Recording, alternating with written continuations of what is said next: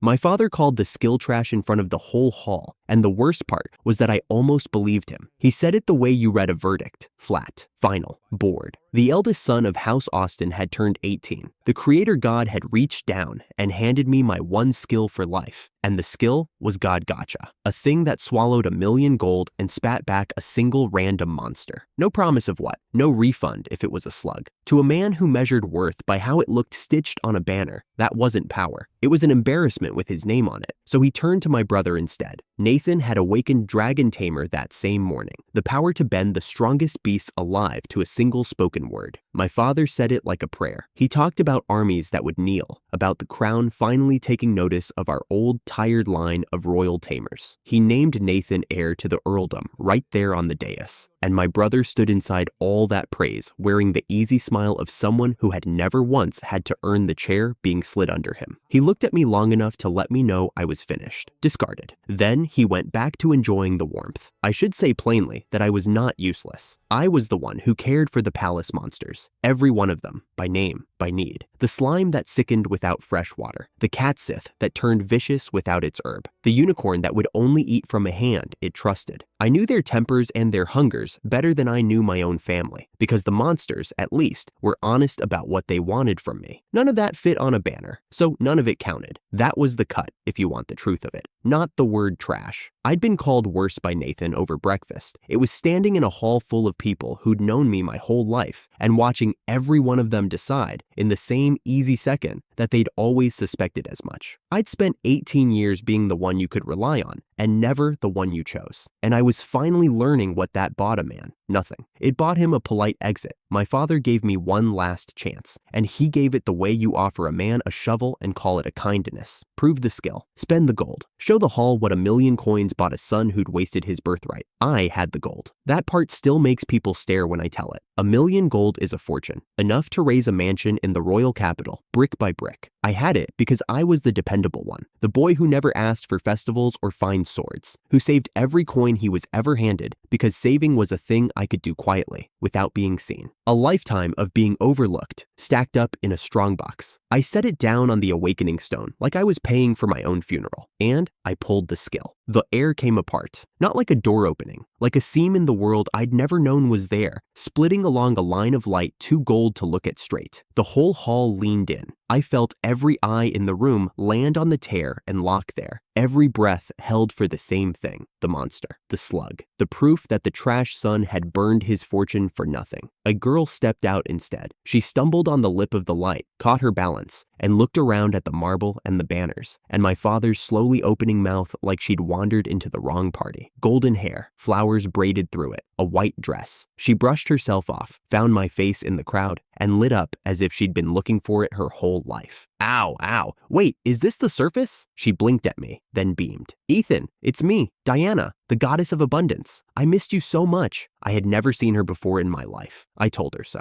That barely slowed her down. She tilted her head, studied me, and informed me, cheerfully, certainly in front of everyone, that I'd simply lost the memories of my past life, that she wasn't human at all but a goddess, and that the two of us had once been lovers. Then she folded into a graceful little bow and pledged, for all eternity, to serve me as my familiar. I want to tell you the hall fell silent in awe. It didn't. My father laughed. He called her a deluded girl, a street lunatic dressed up in flowers, the perfect ending to a worthless skill, 1,000,000 gold spent to summon a madwoman. He didn't reconsider. He couldn't. He'd already pronounced it in front of every vassal and cousin in the house, and a man like my father would rather throw away a son in public than admit in public that he'd been wrong. The verdict was carved before the light ever opened. A goddess stepping out of it only made the carving louder, so he finished it, disowned. Exiled to Silesia, a dead frontier territory choked with monsters, the kind of place you sent a name to die. Forbidden to leave it until I'd made the ruin livable, which was his polite way of saying never come back. I didn't beg. I'd spent 18 years begging to be seen, and I'd just watched what that was worth. There's a kind of quiet that arrives after you stop hoping for something. It feels almost like strength. I let it carry me because it was the only thing in that hall that was mine. I told him one thing on my way out, and only because it was true. The palace monsters obeyed me because I cared for them. Take me away, rule them through fear and dragons, and a brother who'd never fed a thing in his life. and they would not stay gentle. They would rampage. I asked him what he'd do then. My father didn't answer. Nathan smirked. Neither of them heard a word. I turned and walked out of the only home I'd ever had, and the goddess gathered up her skirts and trotted after me. Somewhere behind us, the doors boomed shut. One day, this land they were handing me as a grave would outgrow the capital itself, and the house that threw me out would lose everything it had ever been too proud to share. I didn't say it out loud. I just knew it, the way you know weather coming. The numbness lasted about a mile. Then it caught up with me all at once. Disowned and flat broke on top of it. My whole life savings gone in one flash of gold. I stopped on the road and just stood there with it. Diana didn't let me stand long. She caught my arm with both hands and told me to stop making that face. For 2,000 years, she said, the goddess Diana had loved me and never once wavered, and she wasn't about to start now just because some count with a small heart couldn't read a price tag. She said it like a scolding and a comfort in the same breath, and against everything, it worked a little. Then she got to the part that mattered. The gotcha hadn't just handed her to me as a familiar. When it pulled her up from wherever gods wait, it had passed a sliver of her own power across into me. A second skill, lodged under my name where there should only ever be one. I checked. She was right. There was a new skill written into me, and reading it made the floor of my stomach drop. It healed, fully, body and magic both. Every wound, every sickness, scrubbed clean. And if someone had been dead less than a day, it could call them back. Diana named it for me, proud as a cat. World trees drop. A miracle on a leash, ready 3 times a week. I'd burned a fortune for a madwoman, and the madwoman had quietly made me one of the most dangerous men alive. I asked her how, why a goddess was in a vending machine in the first place. Her face went, for just a moment, somewhere old. 2,000 years ago, she said, the gods fought the demon kings, and the gods lost, not their lives, their strength. They were scattered, dimmed, packed away like seeds waiting for soil. And the gotcha that everyone in that marble hall had laughed at was the soil. It was the key built to bring them back, one pull at a time, a god at a time. The whole fallen heaven could be summoned home. She added one more thing, lighter, almost teasing, like it didn't matter. A skill like this couldn't sit in just anyone. Mortals weren't shaped to hold a god's hand without their arm coming off. The fact that I could carry her power and not break, that, she said with a sly little smile, was its own old story. Then she changed the subject before I could ask, and I let her. I didn't have words for any of it yet, so I just kept walking. A penniless exile with a goddess at my shoulder and a miracle in my chest, toward a ruin somebody meant as a punishment. We came down through a roadside town near dusk, and that was where the screaming started. A white wolf had gone berserk in the middle of the street,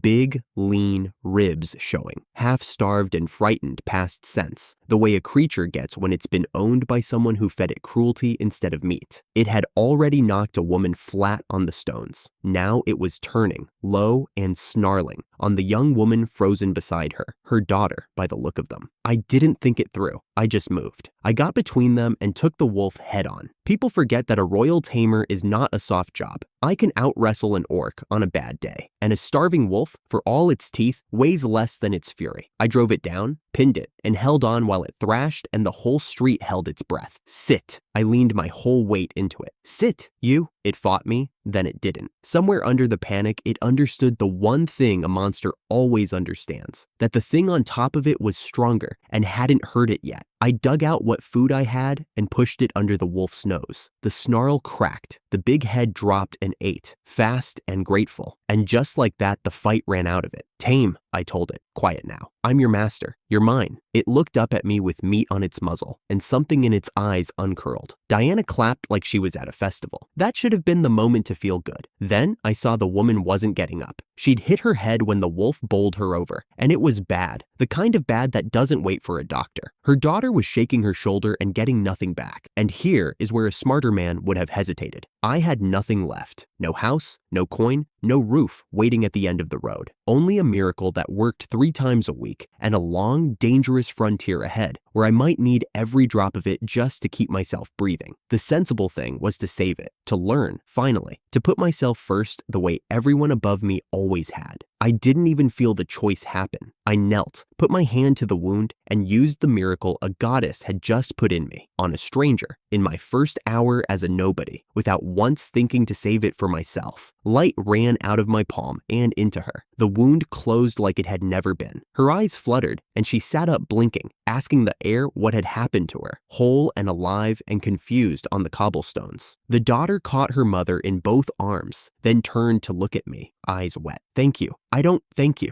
I heard the murmur go through the crowd that no potion in the world worked that clean, that a healing like that would cost a fortune, that the young man kneeling in the street was the royal tamer, the one the house had thrown away. I let them talk. I was looking at the wolf leaning warm against my leg, and the two of them safe on the stones, and the goddess grinning at me like she'd known all along. For the first time since the hall, I felt the shape of something that wasn't shame. "I know what I want to build," I told Diana, and I meant it more than I'd ever meant anything. A place out past where anyone was keeping score. Not cages, not chains, not monsters ruled by fear. A paradise where the things people throw away, beasts, outcasts, sons, get to simply live, side by side, because of what they do and not what they're labeled. I had no money and no name and one dead-end territory nobody else wanted. It was the first time in my life that felt like enough. I rested my hand on the wolf's head, pale as fresh snowfall, all of him. "So that's what I called him. Snow," I said. He leaned into it, and we started down the road toward the ruin I was going to turn into a kingdom. Snow ate the road like he had a grudge against it. No horse I'd ever owned could have kept that pace. And yet, there I was, on the back of a wolf I'd known for 2 days, watching the kingdom shrink behind us and the wild green of the frontier rise up ahead. Diana rode in front of me with her arms thrown out like wings, hair streaming, completely unbothered by the fact that we owned nothing and were headed somewhere most people went to die. Halfway through the morning, she twisted around and pressed something into my palm. 3 small stones, rainbow-colored, warm in a way stones have no right to be. Sacred stones! Her grin was enormous. "I make one a day. I made 3 today because I was happy. They run the god gacha." I turned one over between my fingers. "And these do what exactly?" "5 of them buys a free pull." She held up her own hand, fingers spread, counting them off for me. "Anything rare still costs the real price. 1,000,000 gold a summon, but 5 of these, and you get a pull for nothing. 1,000,000 gold, the number that had emptied my whole life. I closed my fist around the stones and felt the old bruise of it. "Then we save the stones and we never pay the gold," I said. "Every coin we scrape together goes into the land, not the gacha. I've already gambled away 1 fortune. I'm not doing it again." She pouted at me, but she didn't argue. That was new. We rode on. 2 days later, the trees closed over us like a roof, and the air went thick and green and faintly wrong, and I knew without being told that we'd reached the demon forest, the woodland that swallowed all of Silesia, the territory that was mine now in name and ash and nothing else. We smelled it before we saw it, smoke, and under the smoke, screaming. The village sat in a clearing behind a wall of stacked logs, and the wall was on fire. Fire arrows came down in arcs, dozens of them, planting themselves in the timber and the thatch. Goblins swarmed the gap they'd torn open, 50 of them, easily, maybe more, a green tide with crude blades and burning shafts. And up on the watchtowers, a handful of villagers fired back and shouted at each other to hold. Just hold the line. I didn't think about it. "Snow, go." He went. We hit the goblin line like a thrown stone, and bodies flew, and for one clean breath, I thought we could break them on momentum alone. Then, the one in the middle of it all, bigger than the rest, ugly with command, yanked a young man up off the dirt by the collar and held him in front of his own chest. A villager, a hostage, wide eyes, locked on me, frozen. My blade was already coming down. I stopped it so hard my whole arm shook. The boss understood exactly what he'd bought himself. He sneered something at the others, the meaning plain enough through the smoke. "Kill the rider can't swing." And they fired. I turned my body and took it so the captive wouldn't. An arrow punched into my shoulder and the world went white at the edges. I stayed on the wolf. I kept the dying man behind me, but I was out of moves, bleeding, 1 good arm, 50 enemies, and a hostage I would not trade. "Ethan." Diana's hand closed over my wrist, the one with the 3 stones still in it. No teasing left in her voice at all. "Use it, please. The gacha doesn't take from you. It gives. Trust me this once." I had sworn I never would. I broke the vow without a word and crushed the sacred stones in my fist. The air tore, not like the awakening hall, where a girl had stepped out of the rip and asked for food. This time, the sky itself seemed to peel back, and the light that poured through was gold. Old gold, the color of something that had been alive since before the kingdoms had names. The heat of the burning wall meant nothing next to it. A dragon came through. He filled the clearing, scaled in molten gold, wings that blotted the dusk, eyes like 2 furnaces deciding whether to bother. When he spoke, the ground answered, a low tremble through my boots and Snow's legs, and the bones of every every goblin in that field. I am the divine dragon Bahamut, he said. Come at the call of my master. Every enemy of Lord Ethan, I will leave not so much as a speck of dust. I sat there bleeding on a wolf with my mouth open. The skill my father had called trash, the one that had cost me everything, had just handed me a god with wings. The goblins did not run. They couldn't. 50 creatures stood rooted in the firelight, weapons drooping in slack hands, staring up at a thing their ancestors had only ever met in nightmares. Even the boss had gone still, the hostage forgotten in his grip. For the first time since the gate had closed behind me, I let myself believe I might actually have something. Bahamut drew breath to end it. The clearing pulled in around his jaws like the whole night was about to be swallowed, and I remembered the man in the boss's grip. Stop! The word ripped out of me. There's a hostage! Your fire will take him too! The dragon's great head turned, almost amused. He told me to be at ease. His flame, he said, burned only the fools who raised a hand against his master. It would pass over the innocent like wind. But by then, it didn't matter. The goblin boss had already dropped the captive and gone to his knees in the dirt, and the rest of the horde went down with him like a wave breaking, weapons thrown wide, foreheads to the ground. The boss begged, not for a deal, for mercy. He swore through the smoke that they would never raid a human village again, that they would serve me, that everything they had was mine if I only let them live. And then, to prove it, he sent his goblins scrambling into the trees, and they dragged back chest after chest of plunder, coin they'd been stealing for years, close to 1,000,000 gold, laid at the feet of a man who 2 minutes ago they'd been trying to kill. I should have hated them. They'd burned this place. But I looked at 50 creatures who'd never once in their lives been offered anything but a blade, and I understood something my own family had never managed to teach me by example. The fastest way to make a loyal man is to be the first person who ever chose not to throw him away. Get up, I told them. You're going to help rebuild what you burned. I dismissed Bahamut, and he folded back into light, and the light folded into a single card that dropped into my hand, warm as the stones had been. And as he went, something passed from him into me, a quiet voice in the back of my skull naming it, Divine Flame, a fire that burned only what I aimed it at, and burned hottest against anything evil. The gotcha hadn't just lent me the dragon. It had left a piece of him behind in me. I used it once, that night. The palisade was still burning out of control, and the village would lose everything if it spread. I pointed at the blaze and let the divine flame answer, and it ate the fire itself, clean, instant, gone,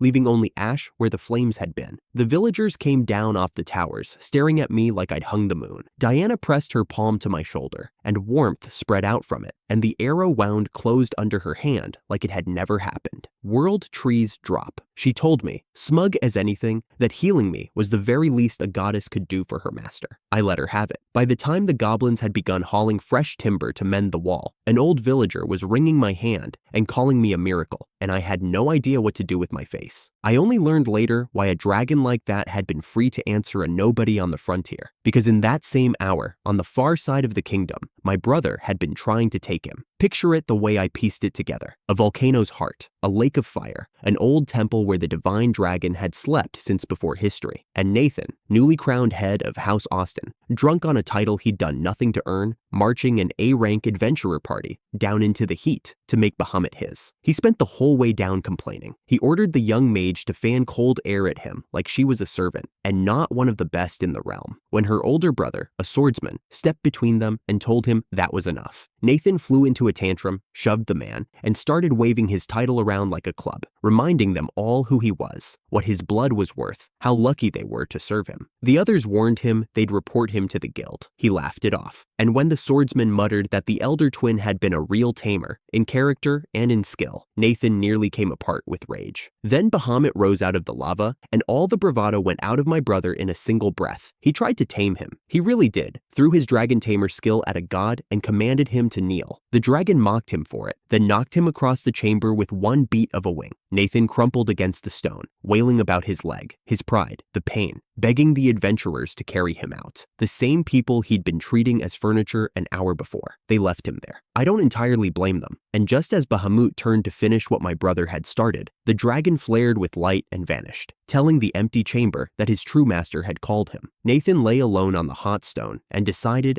out loud, that any summoner who could command a beast like that would have to be a god, never once imagining it might be the brother he'd helped throw out the gate. He didn't know yet that no adventurer in the kingdom kingdom would ever take his coin again. He didn't know the palace monsters I used to tend were already growing restless without me. He only knew he was alone and afraid, and crying for help that wasn't coming. The house had begun to fall the day they pushed me through the gate. They just hadn't felt it land. They threw a feast that same night, and they put me at the head of it. That alone undid me a little. The goblins came too, sat right down at the tables they'd been burning that afternoon, traded venison and fruit with the villagers, got tipsy and loud and amazed at their own good luck. Snow lay in the middle of it all, letting the children climb him like a hill, thumping his tail every time one of them shrieked. A young woman pressed a cup into my hand and begged me to try the stew she'd made. The mother of the man I'd shielded came and held my hands and couldn't get the thank you out past the crying. I'd spent my whole life being the dependable one nobody chose. This was the first table that had ever been set for me. Then, the old villager who'd called me a miracle climbed up and said the place had never had a proper name and proposed they call it after me, Ethan Village. The whole square roared it back before I could think of a single reason to say no. It's embarrassing, I admitted, and meant the opposite, and I think they heard it. But it warmed something I'd given up on. Diana chose that exact moment to climb half into my lap, throw an arm around my neck, and announce to the entire feast that she was my wife and that any village girl who came near her husband would answer to her. The square howled. The young woman with the stew went scarlet. Someone toasted the Lord and his beautiful wife. I opened my mouth to correct the record and discovered there was no version of the correction that didn't make it worse, so I drank my drink instead and let her win. Later, she pulled me to a scraggly tree at the edge of the firelight, bare, out of season, not a fruit on it. She laid both hands on the trunk, and I felt the warmth come off her again, the same warmth that had closed my shoulder, and the tree answered. It bloomed. Then it fruited, right there in front of us, heavy red berries swelling on every branch in the space of a breath. The villagers went silent, then loud all at once. Heelberries, someone whispered, the kind apothecaries and soldiers paid real money for, ripening months early on a dead tree in the dark. I picked one and ate it without thinking. It was good, genuinely good, and I felt the day's exhaustion ease a notch just from the one. Diana, could you grow more of these? Fast? She tucked a flower behind her ear and finally said the thing she'd been telling me since the awakening hall, except this time I was ready to hear it. She was the harvest goddess. Not a lunatic, not a stray, the goddess of abundance herself, and what's more, she said, my own skill made her stronger. A tamer's bond multiplied a familiar's power, and on her, it ran half again as strong, and would climb as I did. She called me the savior the creator god had chosen, and for once, she wasn't teasing at all. I stood there in a village that wore my name with a fortune in recovered gold, a god folded into a card in my pocket, a wolf buried under laughing children, 50 former enemies drinking at my tables, and a goddess at my side who got stronger just by standing next to me. 2 days ago, my father had called all of this trash. I looked at the loaded branches and the firelight and the people who'd already decided I was theirs, and I thought very quietly that the house I'd come from had no idea what it had thrown away. They'd find out. There was no hurry. I had a paradise to build first. The first thing we built that spring wasn't a wall. It was a doghouse. Snow was the size of a bear, so what the goblins finished came out closer to a barn, and they spent 3 days on it, hammering and arguing and cheering every time a plank went up straight. The boss stood back with his arms crossed, proud as a foreman who'd built a cathedral. I let him have the moment. A band that had been burning villages a month ago was now measuring lumber for a wolf's bed, and I wasn't going to be the one to ruin that. Somewhere in those 3 days, the skill ticked over. I felt it the way you feel a lock turn. Quiet, certain. My tamer level reached 11, and the first morning after, Snow padded up, dropped his head against my knee, and I understood him. Not barks anymore, words. He told me he'd guard the village until his legs gave out. He told me the spring fur was itching him half to madness. So I sat him down and trimmed the shedding coat off him by the armful, soft as nothing else in the world, and he groaned with relief and demanded I praise him for sitting still. You sat still for about a minute, I said. Diana leaned over the fence, chin on her hands, watching us with that look she got, like she'd won something just by being there. Then her ears pricked at a sound past the gate, and she straightened. Ethan, she pointed down the road. Visitors. They came up the frontier road in a caravan of 3 wagons. The hound folk, dog beast folk traders, with ears that swiveled at every sound and tails that gave them away long before their faces did. When a deal pleased them, the tails wagged. You always knew where you stood with people like that. Their lead merchant bowed, careful and formal, until 2 of my goblins trotted out to take the reins of his lead horse. That stopped him cold. A tamed goblin holding a stranger's horse instead of robbing him was not a thing he'd seen before, and I watched him recalculate everything he thought he knew about this corner of the map. We did good business. 3 crates of heelberries went for 40,000 gold, and they barely haggled. The top grade ones are rare, and Diana's grow out of season every 10 days. The white wolf fur fetched 3,000 more. It turns mages' cloaks nearly arrow-proof, the merchant said, and he ran it through his fingers like silk. In return, I ordered 100,000 gold of the finest monster feed they carried. My familiars eat first. That isn't generosity. That's the deal I make with everything I tame. Before they sealed it, I told them the rest. That I was Ethan Austin, that the Austins were the kingdom's royal tamers, and that my own father had branded my skill trash and thrown me out the gate with nothing. I'd learned to say it flat, so it couldn't be used against me later. The merchant didn't flinch. He looked at the goblins, the fed wolf, the full crates, the honest scale, and his tail started going. A lord who paid fair and kept his word, he said, was worth more to a trader than any crumbling great house in the capital. They'd heard the capital's monsters were getting harder to manage. They'd rather bet on the man building something than the one losing it. He didn't pledge to the house. He pledged to me, personally, and his whole caravan with him. Funny thing, the label that ruined me. Out here, it just kept turning into reasons people chose me. With coin coming in, I went looking for another mouth to feed. There was a honey bear in the borderland woods, a creature found nowhere else, that gathers honey finer than anything a royal pastry kitchen can buy. I took Snow, 5 goblins, and Diana, which was my first mistake, because Diana announced that bees were the servants of the harvest goddess and would surely recognize her. The bees did not recognize her. She came tearing back across the meadow shrieking, a cloud of them at her heels, and Snow caught her collar in his teeth without breaking stride and carried her clear like a pup. The goblins fell over laughing. I did not laugh, but it was close. The bear itself I didn't fight. I never planned to. He was hunched over a hive with an enormous clay pot cradled against his chest, and when I came close, he watched me the way a man watches someone eyeing his last possession. So I offered him a trade instead of a blade. I'd had the hound folk bring an enchanted pot, the unbreakable kind. Drop it, kick it, it won't so much as chip. I set it down in the grass where he could see it. Shelter, I told him. 3 meals of the good feed every day, and a pot that would never break on him again. His ears went up. He'd broken a pot once, he rumbled, and grieved it like a friend. He turned the new one over, found no crack, and decided I was the most reasonable human he'd ever met. He'd come, he said. With a pot like this, even finding a bride would be easy. That's how I tame. Not by being stronger than the thing in front of me, by offering it something it can't get anywhere else. We were nearly home when a man stepped out of the trees with a greatsword already swinging, straight at my new bear. I got between them and took the blow on my guard. He was a wall of muscle and contempt, an A-rank adventurer named Gavin, and he sneered something about tamers being cowards who hide behind their monsters and skim the glory. When my goblins rushed him, he swatted them into the dirt and started talking about helping himself to my treasure. Then Diana rode up on Snow, and the look he gave her made the rest of his sentence unnecessary. I told him very quietly that if he touched my comrades or Diana, I would stop holding back. He didn't believe me. They never do.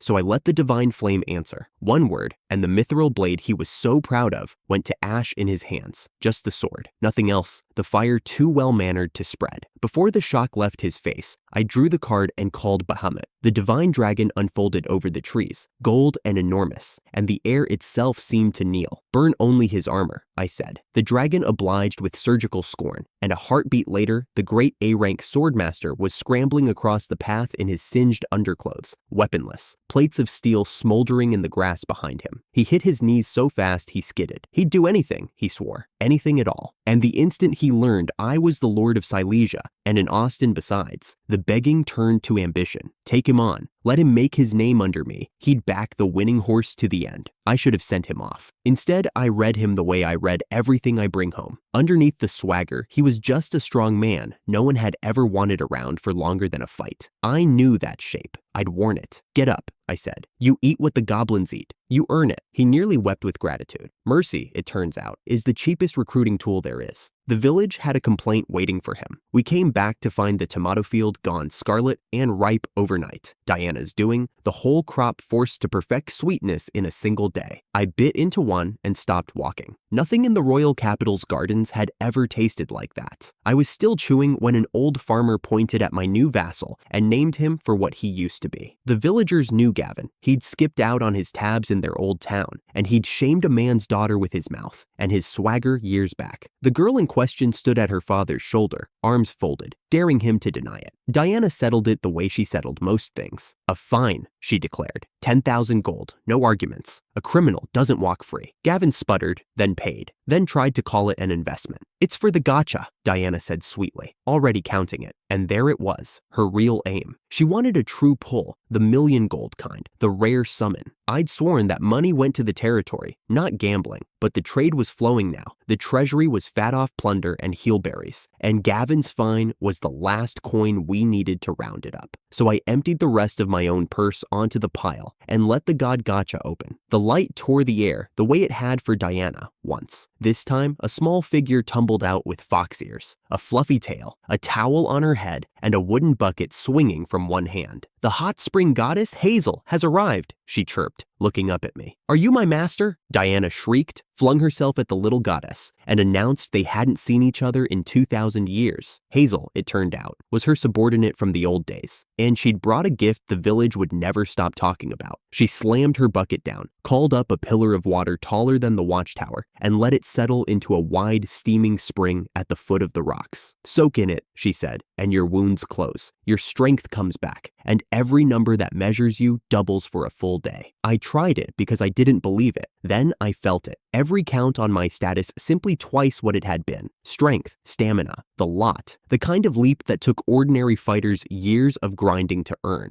Gavin waded in, flexed, and laughed like a man who'd just been handed a fortress. Because that's what it was. A village where the weakest farmer fights like a trained soldier for a day isn't a village anymore. It's a wall no army wants to test. I filed that away quietly. Somewhere ahead, there would be a day we needed every soul standing here to fight above their weight. And now we'd have it. Hazel had bigger plans than a puddle. Build an inn around it, she begged, and make her the landlady. Travelers, coin, fame, the whole world coming to soak. The goblins were already hauling stone before I answered. The honey bear rolled a boulder into place with one paw and looked enormously pleased with himself. So we broke ground on a hot spring inn, and the whole settlement hummed with it. Far off in the capital, I'd hear later, the great house that threw me out was hauling chains to its monster pens instead. We were building, they were bracing. I didn't see any of what came next. It reached me in pieces, through the merchants, through the guild's gossip, through a maid who still wrote to me. I stitched it together after. It went like this. My brother walked into the Adventurers Guild and slammed the counter, demanding they hand him an A-rank party to go hunt a dragon. Nathan still wore the dragon crest doublet and the heir's title like armor. Underneath it, his own tamer skill had never grown past the first rung, and the palace monsters I used to tend were slipping their handlers, ramming the pens, going wild with no one to settle them. The receptionist refused him flat. The guild bowed to no crown, she told him,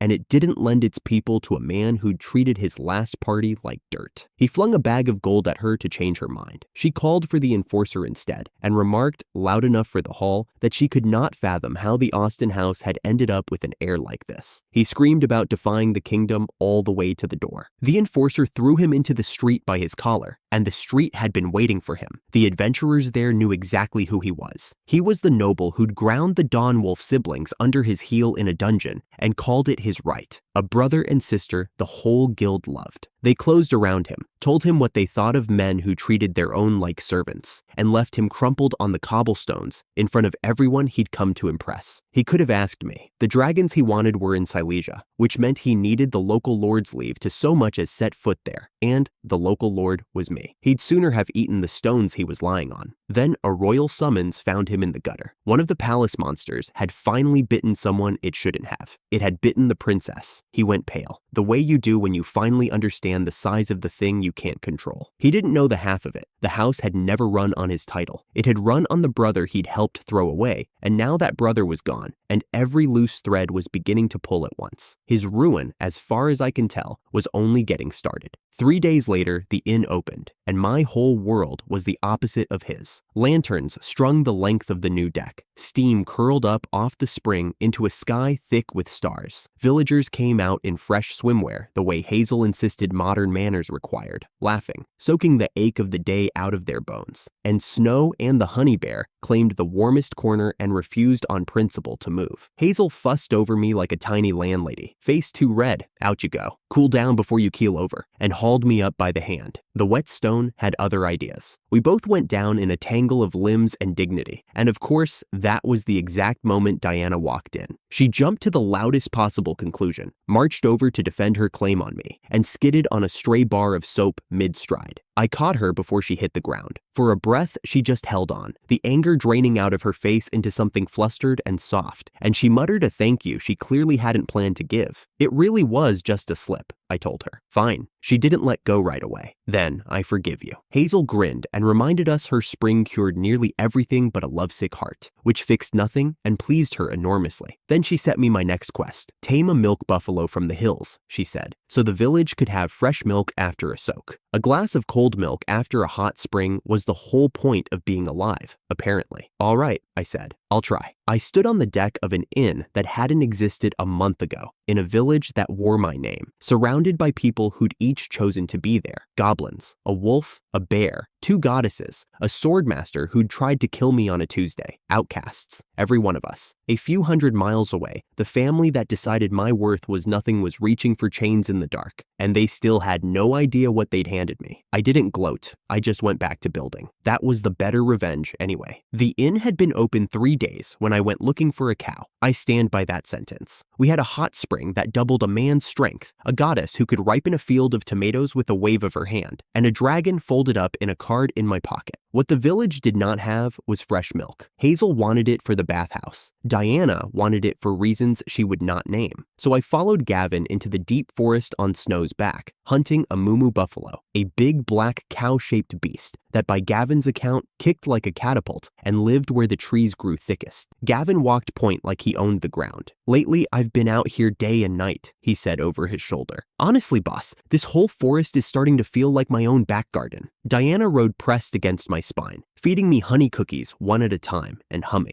It was a good morning, the kind I had stopped expecting to get. Then a scream cut through the trees, high and raw, and the good morning ended. Snow was already moving before I gave the order. We broke through a wall of fern into a small clearing, and I saw her, a young elf woman backed against a fallen trunk, silver hair come loose from its twin tails, one arm bleeding, a red ribbon torn at her shoulder. Above her, a dark elf sat astride a massive black buffalo, dusky-skinned, white-haired, spear already drawn back for the kill. I did not think. I let divine flame off my fingers, and the spear was gone, not knocked aside. Gone. A thread of smoke where a length of steel had been a breath before. That's far enough, I said. The dark elf wheeled on me, snarling, demanding to know who dared interfere. I told him the truth, flat and quiet. I'm the lord of this domain. You're hunting on my land. He laughed at that. A human, a tamer, telling a dark elf with a level 9 taming skill what he could and couldn't do. Snow answered the laugh for me. He hit the buffalo shoulder first and put both beast and rider into the dirt. The buffalo scrambled up bawling, more frightened of the white wolf than loyal to anyone. I reached for it the way I reach for all of them. Not a command, an offer, shelter, feed, a place where nothing hunts you. The bond the dark elf had on it was thin as old thread, and it snapped. The buffalo lumbered to my side and pressed its huge head against my chest like it had been waiting years for someone to ask. The dark elf stared at me then, really looked, and whatever he saw in my face drained the fight out of him. He choked out the name Austin like it was a curse he'd heard in a story, like the most famous tamer house in the world had no business standing in a frontier wood with a wolf and a goddess. I could have ended him. I let the silence stretch until he understood that. Then I tipped my head toward the trees. Leave. You get to keep walking. Don't make me regret it, he went. He kept looking back the whole way, like the looking might make it make sense. We did not get to breathe. The elf woman had barely whispered her thanks when the trees on every side filled up with dusky figures. Not one dark elf this time, but dozens. A whole raiding band, bows already bent. The one in front carried himself like a chief. He looked at the silver-haired girl behind me, and I understood, all at once, that she was the thing they had come 30 miles of forest to kill. The chief sneered something I'll paraphrase, because it doesn't deserve to be spoken whole, that I'd just signed my own death warrant, that by sparing his man and shielding the girl I had made an enemy of all 30,000 of his kind. He seemed very pleased about the number. "Looks like more company's coming," I said. "Stay behind me." Gavin was already laughing. "Great sword out." "Gavin, sworn blade of Ethan Austin," he roared at them. "Remember the name Dark Elves. You're going to be telling it for a while." Then the air changed. I had taken a long soak in Hazel Spring that morning, and the steam I carried out of it was still in me. And on top of that buff, I let the medicinal steam unfold, the skill I'd inherited from her. Doubled, then doubled again. I felt it land in my arms like a second heartbeat. When the chief loosed his magic at me and crowed that no trick on earth could stop it, I walked through it and hit him once. Once was enough. He left the clearing without touching the ground in between. The band answered with a sky full of arrows, each one trailing fire. I called the card. Bahamut! The dragon unfolded over the canopy, molten gold and vast, and breathed, and the whole burning volley turned to nothing in the air. The dark elves took one look at a creature out of their oldest legends and scattered like leaves. I let them. Running men aren't a threat. Cornered ones are. When it was quiet, Diana knelt by the wounded girl and pressed a hand to her arm, and the world tree's drop did its gentle work. The bleeding stopped, the torn skin closed, the gray washed out of her face. The girl sat up, whole, and looked at me like she'd never seen anything she could fit into the shape of the world. "I don't know who you are," she said softly, "but thank you. I'm Tia, Princess of the Elves." A pause. Careful. "Are you human?" "Ethan Austin," I said, "Lord of the Silesia frontier. And yes." Diana inserted herself between us with the speed of a striking snake. "He's my husband," she informed the princess. "So, don't get any ideas." I didn't dignify that. "Come back to my village, princess," I said instead. "Whoever wants you dead, they can come through a wall first, and I'd like to hear how a princess ends up alone in my woods." Tia bowed her head. "Then I am truly grateful for your kindness." Tia's reaction to the village was worth the whole walk home. She froze at the gate. Goblins stood watch on the tower, actual goblins, spears shouldered, waving down at us. And a honey bear ambled past carrying a clay pot, and a fox-eared girl in a bathrobe came sprinting across the square to throw herself at me and thank me for the buffalo. The princess looked like the ground had tilted under her feet. Gavin enjoyed it enormously. "Careful, princess," he said. "Stay here a few days, and you might never want to go back to elf country at all." I tried to explain. The goblins hadn't been beaten into peace, I told her. They'd simply taken one look at Bahamut and decided, very reasonably, that a quiet life sounded good. Tia just kept shaking her head. In her world, she said, monsters obeyed only one kind of master,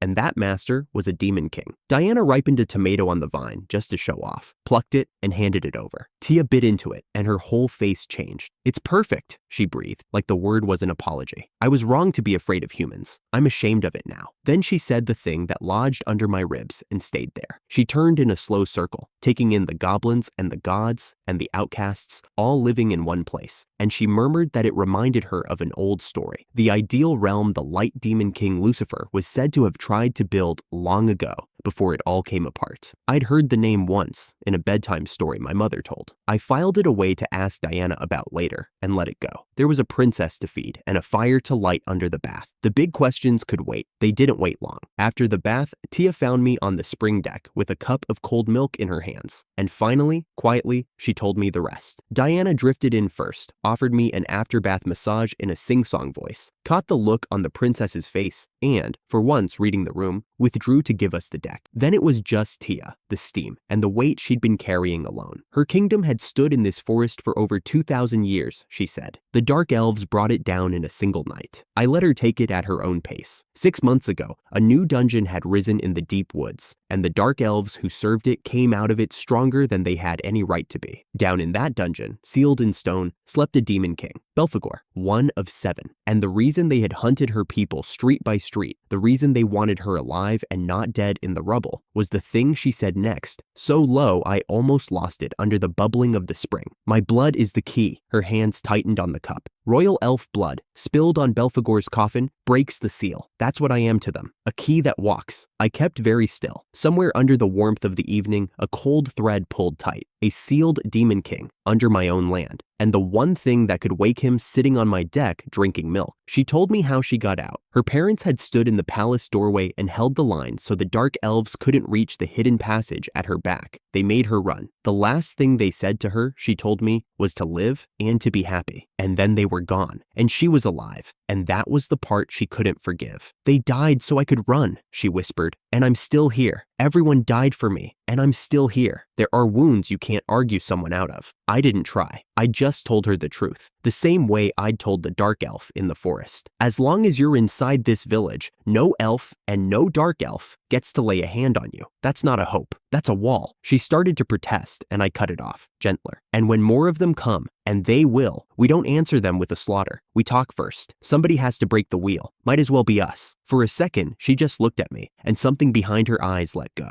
Then the door banged open, and Diana was there. All the play gone out of her. Ethan, trouble. A whole band of elves at the gate. The goblins can't hold them. The palisade was on fire when we reached it. Not dark elves this time. Elves, Tia's own people, or what was left of them, raining fireballs over the wall with the cold certainty of people who think a god is watching them work. They shouted, between volleys, that they came in the goddess Diana's name, that the seal had to hold, that the princess had to die before her blood could wake the demon king, and that anyone sheltering her was an enemy of heaven. Diana stepped up onto the wall and told them, in plain words, that she was the goddess they were invoking, and that this village was the home she'd built. They called her a blasphemer and shot at her. I burned the arrows out of the air before they reached her and pulled her down behind me. Get back! They're not listening. I tried anyway. I called for them to lower their bows, that no one here wanted them dead. They answered with a wall of fire meant to turn the whole village to ash. Hazel saved us. She brought a spring up out of the bare earth in a roaring column, and it came down over the rooftops in a flood that drowned every fire at once. And where it touched my people, it doubled them. I layered the steam on top. The goblins yelped at the scald and then stood up grinning, 4 times the soldiers they'd been a minute before. Gavin wanted to end it the fast way. "This is madness, boss," he barked, blade up. "These are bow and spell elves. Hold back against them and we bury people. We're not killing them." I heard how it sounded. I said it anyway. "Capture. All of them. Everyone breathing when this is over." He swore at me. He didn't disobey. Diana grabbed my sleeve. "The gotcha," she said. "Use it." I had 5 sacred stones saved from the daily offerings, and I'd been hoarding them like a miser, but she was right. I spent them. The summon came down like a falling tower. A Colossus soldier, our rank. A giant of dark divine steel that announced itself in a flat, grinding voice as a weapon of the gods, awaiting my word to crush the ones who defied me. And from the contract, a new skill settled into me, cool and electric. Stunbolt, a strike that drops a body without ending it. I looked at the giant. I looked at the burning gate. "No crushing," I told it. "Not one kill." The giant obeyed. It raised a field around itself that swallowed every spell the elves threw. Lightning died in the air, a hand's breadth from its armor, and it gave them a count of 10 to put their bows down. They didn't. Arrows rang off divine steel like rain off a roof, and the soldier answered with stun bolts, dropping archer after archer into the dirt, asleep, unmarked, alive. It was nearly over when the girl reached me. She was small and human, and she'd been running, and she grabbed my arm and said her father had been hit. An arrow before the spring came down. He wasn't breathing. He wasn't anything. I followed her through the smoke and found him on his back in the square. He was gone. A handful of villagers stood around him, and when they saw Tia come up behind me, their grief found a target, an elf here, while one of theirs lay dead in the ash. Weapons came up. Tia went white and didn't run, which somehow made it worse. I put myself between them, and Diana knelt by the man and looked up at me and said the thing I will never stop being grateful for. "World trees drop. It doesn't only heal, Ethan." Her voice was very steady now. "If they haven't been gone a day, it brings them back." I'd carried that skill since the first week and never once spent it like this. I knelt and laid my hand over the man's still chest and called it up, that green, impossible warmth, and poured it into him. His chest rose. He blinked up at the ring of faces above him, baffled, and asked if he'd fallen asleep. The square came apart. His daughter was sobbing into his shirt before he finished the sentence, and the villagers who'd raised weapons at Tia a breath ago were on their knees in the ash calling it a miracle, and Tia stood in the middle of it with both hands pressed to her mouth, watching a dead man sit up and complain about his back. I didn't get to enjoy it. Out of the dark at the square's edge, an elf archer drew on Diana, a young soldier, grown, half hidden behind a barrel, eyes full of a hate that hadn't heard about any miracle. I caught the arrow on my sword and dropped her with a stun bolt before she could knock a second. Diana clung to my arm, shaking. "That was close," she breathed. "Even after all that, they still came for me." "I know," I said. "We're not done convincing them yet." So I did the only thing that had ever worked for me. I fed them. We carried the bound, half-paralyzed elves to the hot spring. Diana loomed over them, threatening, with great relish, to boil them and pour milk down their throats until they popped. And then I explained that the spring would actually heal their wounds and lift the paralysis, and that there was honey bread, and that I would like, very much, to talk this out over a meal instead of a grave. Their leader asked, warily, what I really meant to do with them. I told him the truth, again. It's the only tool I trust. I'd make it so no one could so much as set foot in the Demon King's dungeon without my leave. The seal would hold because I'd be standing on it. No one had to die for that. They didn't believe Diana was the goddess. She's hard to believe. I've lived with her for months, and some mornings I'm not sure either. But Tia rose and faced her own people and vouched for me, said I'd pulled her out of the dark elves' hands, that I commanded gods, and that she had watched with her own eyes a dead man breathe again under my hand, the world trees drop, the miracle of the old elf legends, done in their own village square. That settled it. The leader bowed his head to the ground and begged forgiveness for raising a blade against the true goddess, and the rest followed. And just like that, the war at my gate became a table of starving people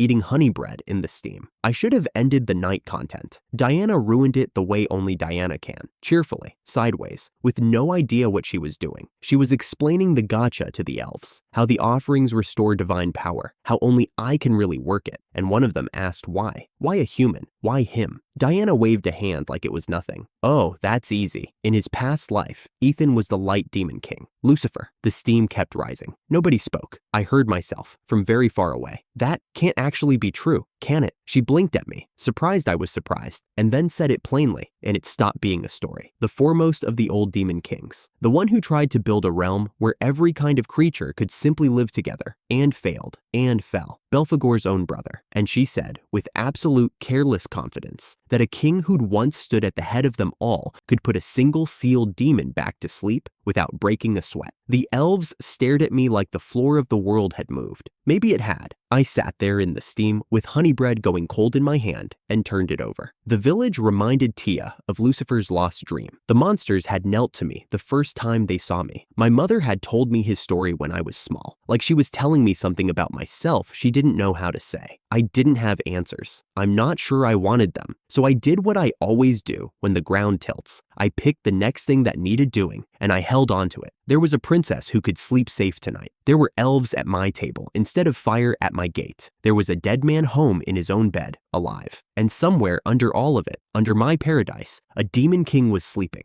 and the only key to his cage was a frightened girl I'd just sworn to protect. I went back to building. It's the only answer I've ever had, but I was building on top of something now, and I knew it. After the hot spring, after the elves swore their cooperation, and Diana told me between bites of honey bread that I had once been a demon king, I did the only sane thing left to me. I went back to work. That is the part nobody believes. You learn your own grave has a name older than the kingdom, and the next morning you still have to decide where the new well goes. So I dug the well. A long way east though, the house that had thrown me out was beginning to come apart at the seams, and I wasn't there for any of it. I heard it later. Some from Lily, some from the goblins, some from people who simply could not wait to tell me. I'll tell it the way it reached me. It started, fittingly, with a bite. My brother Nathan had inherited my old post as the royal tamer along with everything else, and a royal tamer has one job: keep the palace beasts calm. Nathan had never once done it. So when Princess Anna's own unicorn turned and bit her arm, the summons that followed wasn't a courtesy. It was a reckoning, and Nathan walked into it pale. The way Lily described the princess, she didn't raise her voice. She didn't need to. She held up the bandaged arm so he could see exactly what his neglect had cost her, and then, in that flat tone the court called the Ice Princess, she laid out the price. She would strip him of the tamer's post. She would consider exiling the entire Austen house. And she had a report on her desk that made all of it worse. The report said the brother they'd exiled had tamed the divine dragon Bahamut, that he commanded goblins on the Silesia frontier and ruled a town that should not exist. Anna told him, without any particular pleasure, that if the report proved true, her father might name that exiled brother the true heir of the house. And, she added, perhaps her own betrothed. Nathan understood, standing there, that the palace beasts were one mist feeding away from a stampede, and that there was no one left in the building who could stop them. He'd built his whole life on being the one who was chosen. He walked out of that room, realizing the kingdom had started checking the receipt. The news reached my father that same night, and my father did what he always did when the world asked something of him. He drank. I can picture the study without trying. The crimson coat thrown over a chair, the gold chain of office tossed on the desk like it had stopped meaning anything.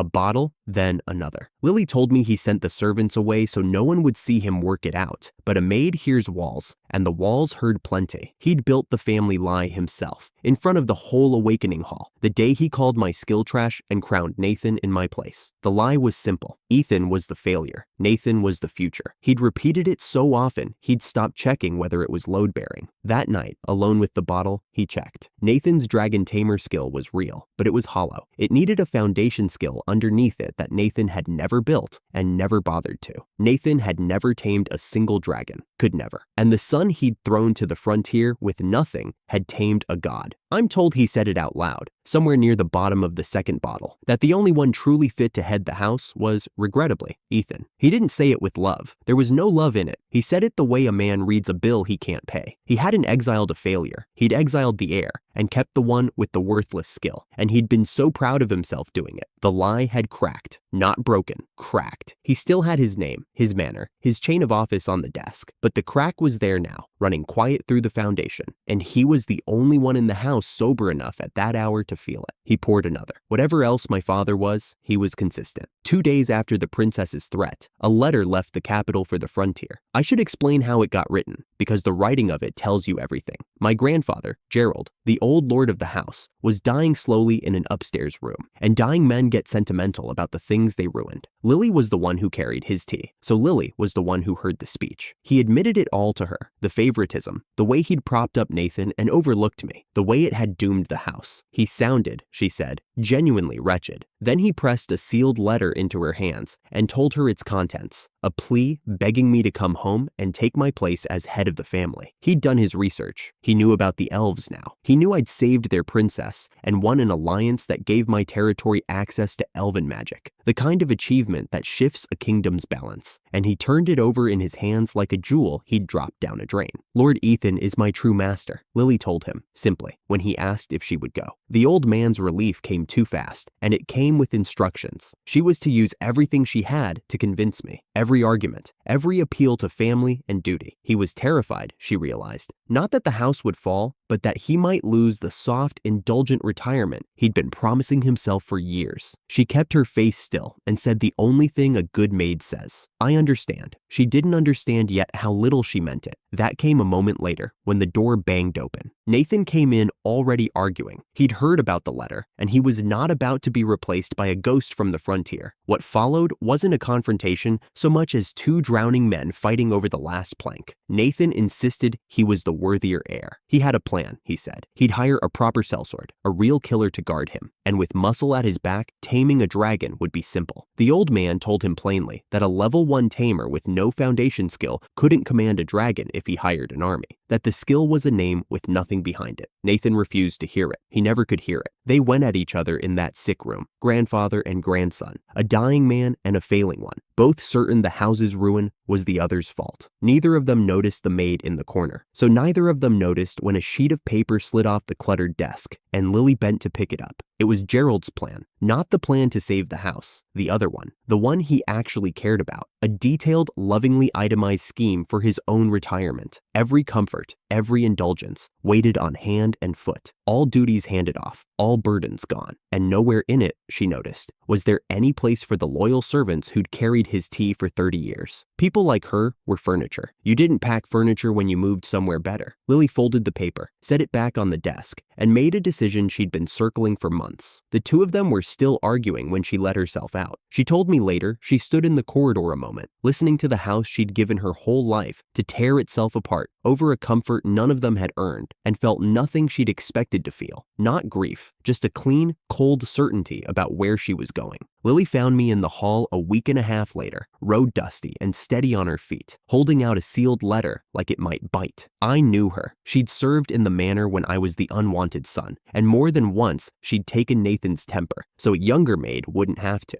Diana looked her over, decided she wasn't a threat, and went back to inspecting the fruit bowl. Snow sniffed her boots and lay down again. The whole hall treated her arrival like weather. I broke the seal and read the letter standing up. It didn't take long. My grandfather's handwriting had gone shaky, but the message was steady enough. Come home, take your rightful place. All is forgiven. The house needs you. The word forgiven did a lot of quiet work in that letter, as if I'd been the one who needed it. He means it, Lily said. Then, after a breath, he means it the way a man means it when the roof's already coming down. She didn't try to sell it. That was the thing about Lily. She'd been sent to convince me with everything she had, and instead, she told me about the second plan, the retirement scheme, the furniture. She told me the truth and let it sit there between us. I set the letter down on the table. I thought about it longer than it deserved, honestly. Not because I was tempted, because part of me wanted to feel something. Triumph, maybe. Or the old ache of finally being wanted. I waited for it. It didn't come. They spent my whole life deciding what I was worth, I said, and the number was always 0. I looked at the letter, at the careful begging script. I'm not going to hand them the pen again. That was the whole of it. Going back meant letting them define me one more time, as the heir now instead of the trash, but defined by them either way, my worth measured on their scale in their hall. I already had a place where worth was what you did. I was standing in it. So that's a no, Lily said. It wasn't a question. That's a no. She nodded once, like something had finally been settled, and then she surprised me. She asked if she could stay, not as a messenger carrying a refusal back to a dying house. For real, in my service, for a master worth serving. She'd watched that family choose comfort over loyalty her whole career. She was done choosing them back. I looked at the woman who'd shielded younger girls from my brother's tantrums for years and asked for nothing in return. Then stay, I said. There's more than enough here for someone who actually works. Diana cheered with her mouth full. Snow thumped his tail once, and the maid who'd defected from House Austen became the sharpest pair of eyes I had, though I didn't know yet how good she'd be with a ledger. The letter stayed on the table. I'll come back to it. My brother, meanwhile, had decided to take the old man's advice about hiring muscle. There's a sealed dungeon in my territory, the one that keeps a demon king named Belphegor asleep beneath my paradise, though Nathan knew none of that. He knew only that it was rumored to hold magic dragons, and that taming one would put him back above me. So he hired a band of the kingdom's most feared cutthroats, marched them to my border, and tried to walk into my dungeon to steal himself a dragon. He'd forgotten one thing. The frontier wasn't lawless anymore. It was mine, and it had rules. And one of the rules was that nobody entered that dungeon without my leave. My people met him on the road. I won't pretend the famous cutthroats lasted long. They didn't. One of my swordsmen was carrying Hazel's hot spring buff that day. Every stat doubled, and the most feared band in the kingdom went down in the time it takes to describe it, untouched and breathing and deeply confused about how they'd lost. Their leader tried to throw Nathan forward as a shield and run. He didn't make it past the tree line. Then the goblins came out. You have to understand what that does to a man like Nathan. He'd spent his life believing goblins were vermin, and here were a dozen of them, organized, armed, and entirely unimpressed by his title. They fined him on the spot for trespassing, a steep one, payable in coin, or lacking coin in his fine clothes and trinkets. Nathan had no coin, so they took the rest. Big talk, one of them told him, from a man who came to rob the Lord and got robbed instead. Another mentioned, conversationally, that I had already tamed 5 wyverns, which was 5 more dragons than my brother had managed in a lifetime of trying. They stripped him of his finery, tied him up, and because they were loyal to me, and I'd told them once to be decent where they could, they hauled him to the nearest town instead of leaving him in the forest. The town was no kinder. The guards treated him like the lawbreaker he was, and a pack of adventurers he'd once made enemies of recognized his face and gave him the same lesson twice. He went home to the capital with nothing, no dragon, no dignity, and the clock on the palace beasts running out behind him. He got exactly as far as his own bed. He'd just made it back, just laid down to sleep off the ruin of the trip, when the butler came through the door without knocking, which a butler only does when the world is ending. The man was white-faced and shaking. The palace monsters, he said, had gone berserk, all of them, and Princess Anna had sent word. Nathan was to come at once, and if he refused, she would have him publicly executed. I almost felt something for the butler, of all people. He'd done nothing but carry bad news in this story, door to door, and none of it was his fault. Nathan cursed, hauled himself upright, and called for a carriage to the one place in the kingdom that wanted him dead. The thing he'd feared since the day the unicorn bit the princess had finally arrived. The beasts I used to keep calm had run out of patience with the man who'd never learned their names. I have heard this part of the story perhaps 40 times, and it gets better every time. When I was the royal tamer, I trained the palace beasts the same way I'd train any creature I meant to keep, carefully, and never to kill. They could play rough. They could blow off steam. They simply weren't allowed to end a life. And a beast tended every day by someone it trusts stays inside those lines. Take that someone away. leave the whole menagerie neglected by a man who never once fed them, and the line doesn't hold. They don't turn murderous, they turn loose. There is a difference, and the difference is the funniest thing I've ever been told about.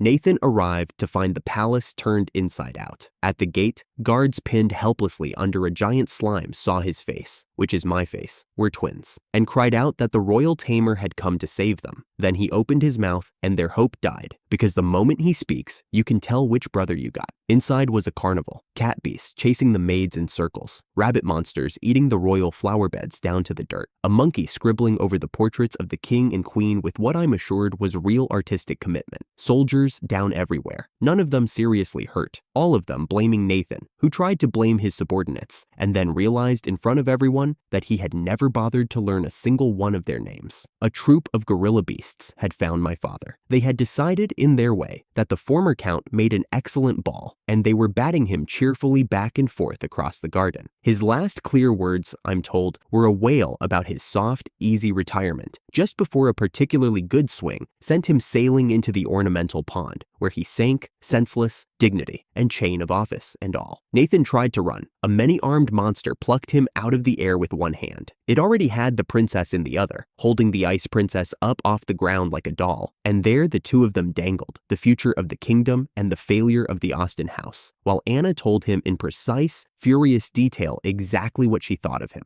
It ended the way it began, with a single voice. A parrot beast wheeled overhead, screaming the same phrase over and over, that Ethan was in Silesia, that they should all go to Silesia, and every monster in that palace stopped, dropped what it was doing, released the princess, dropped my brother, and stampeded out the gates in one great loyal flood, headed for the one tamer they actually remembered. They never reached me, in the end, but the message was loud enough. The beasts knew exactly who their keeper was, and it had never been the man holding the title. Anna, set back on her feet, and straightening her ruined sleeve over the bandaged arm, looked down at Nathan and did not have him executed after all. Execution, she told him, was too quick. Instead, he would pay every repair, every claim from every injured soul. He would sell everything he owned and himself if it came to that, and she would not grant him the mercy of dying out from under the debt. The house was unraveling in public now, in front of the whole court, and there was still no one to face. No reckoning between Nathan and me. No closure. Just a family coming apart at its own hands, while the brother they'd thrown away wasn't even in the room. All of that, the court, the beasts, my father in the pond, reached me in pieces over the following weeks, carried in by merchants and goblins, and one extremely delighted hot spring goddess who acted out the gorilla parts herself. I listened to most of it from the deck at the edge of the village, watching the river go gold and then gray. Lily stood at my shoulder with a ledger she'd already started fixing, and Diana sat on the rail eating something she shouldn't have. It was, by any measure, the reckoning I'd been promised the day I walked out the gate. The house that exiled me was falling, exactly as I'd said it would. I waited again for the triumph. I'm not too proud to admit I went looking for it. A younger version of me, the one still hoping to be chosen, would have wanted to be there for every minute of it, would have wanted them to see my face while it happened. But that version of me had stopped keeping score a long way back, on the road, the night a goddess asked if there was anything to eat. You can't gloat over people you've stopped needing. It's like swinging at a ghost. The letter was still on the table inside. Lily asked once if I wanted to send a reply. No, I said. She didn't press. She understood the shape of it better than anyone. The family that had measured me at 0 now wanted me at the head of the table. Not because they finally saw me, but because they were drowning and I was the nearest plank. Going back would have been the same trap wearing a kinder face. So I left the letter where it lay. I didn't burn it, didn't answer it, didn't carry it around as a trophy. I just let the door stay closed, the way it had been since the morning I walked through it. There was a well to finish, and a new minister who needed a desk, and the light was almost gone. The debt wasn't paid, not nearly. The court only suspected what I was. My father had only begun to understand what he'd thrown away. Nathan was still standing, still selling off his future one piece at a time. None of it was finished, but it had started, and I had somewhere better to be than watching it. The war did not announce itself. It came wearing the face of someone who needed help. I was riding snow along the forest road when I heard a fight ahead. A girl, no older than the village children, was dragging a grown man across the dirt while a wyvern circled low for the kill. Her hands shook. She still planted herself between the man and the monster and threw out a wall of ice the wyvern barely felt. I sent Bahamut first. He dropped out of the canopy like a falling sun and batted the wyvern out of the air without breaking it. Then I came down off Snow's back, and the girl turned on me with her fists up, ready to fight a second monster if she had to. "Stay back," she said. I'll handle this." "You won't," I said. "But you don't have to." The man on the ground was past gray. I knelt, found the bite under his collar, and named it before she could. "Crackle jelly toxin.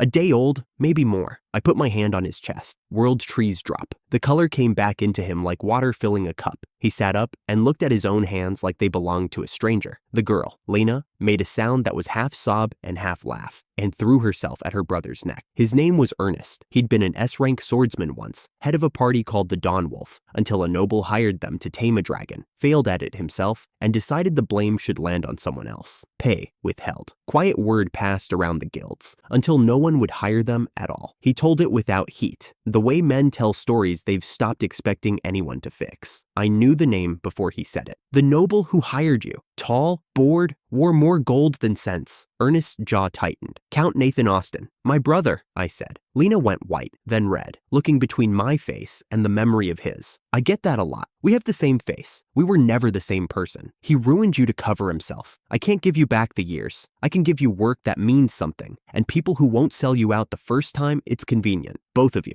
if you want it." Ernest got to his feet, slow but on his own, and bowed his head lower than a man like him should ever have to. "My sword is yours, Lord Ethan." Lena saluted so hard she nearly fell over. I made her the village's soft-serve minister on the spot, mostly to watch her try to work out if I was joking. I wasn't. The village needed ice cream as much as it needed soldiers. That was the whole idea of the place, that both could be true. We were barely back inside the gate when the next thing arrived. Not the war yet. A rider from the capital with a letter sealed in Austin wax, looking like he'd been told not to come back without an answer. I knew the shape of it before I broke the seal. My grandfather's hand again. The house wanted me back, not because they were sorry, but because the math had finally caught up with them. "Come home. Take the seat. Save us." Lily had carried the first of these letters herself, weeks ago, and knew what I'd done with it. "Same letter," she said. "Different desperation. They always think the second time lands different." I held the page over the cookfire and let it go. It would have been easy to call that revenge. It wasn't. I felt nothing watching the paper curl. I'd stopped keeping score on the road out of that city, and you can't win a game you've quit playing. "You're sure?" Lily said. Not a challenge, a check. If I go back, I hand them the pen again. I let them decide what I'm worth. I built a whole world so I'd never do that again. Not for the seat, not for anything. That was when the air beside me tore open. The dungeon's gold went where it always went, into the gacha. And the gacha had finally given me something for the war I could feel coming. A woman stepped out of the tier, short, broad-shouldered, eyes like banked coals, a hammer across her back, nearly as tall as she was. She looked around, sniffed once, and pronounced the place acceptable. "Vesta," Diana said brightly, "goddess of the forge. She makes the swords that kill the things our swords can't." Vesta inclined her head a precise degree. "Master, your weapons are embarrassing. I'll fix that." I didn't get to answer. A pulse went through the back of my skull. Monster search, the skill I'd inherited from the Colossus, painting the land around me in moving points of light. 5 signatures clustered where there should have been none, close to the village, then sank out of sight underground. Dark elves, 5 of them where none belonged. "Vesta," I said, "first job. Come with me. Monster search tells you where a thing is, not how to reach it." The signatures sat beneath solid rock with no door I could find, no seam, no lever. I stood there feeling like a man knocking on the outside of a mountain. Vesta unslung her hammer and looked almost happy about it. "Step back, master." The head folded and turned, plates shifting until it was less a hammer than an enormous spinning auger. "Drill mode." She put it through the bedrock like it was bread. We dropped into a warren, branching passages, lantern hung, carved by patient, cruel hands. The dark elves build their cities downward, away from the sun. The deeper we went, the worse the smell got. Vesta filled in what Lena's brother hadn't, in that flat way she had of saying terrible things. The dark elves served a sleeping thing called Belphegor, a demon king sealed beneath this whole region, older than the kingdom. He couldn't wake on his own. He could only be fed. Every life given to the ritual deepened his hold and strengthened the ones who fed him. People went into the dark, and a buried god got closer to opening his eyes. "And the ones doing the feeding," I said. "What do they get?" Power they didn't earn, Vesta said. It's the only kind they want. We turned a corner and I heard a cry and the low, pleased laughter of something standing over it. I kicked the door off its hinges. The chamber was the worst thing I'd seen since I left the capital, and the worst things don't need describing in detail to land. Cages, women and elf girls inside them, bound, kept like livestock for a thing that ate lives, near 20 by the count I'd take later. And in the middle of it, a dark elf the size of 2 men,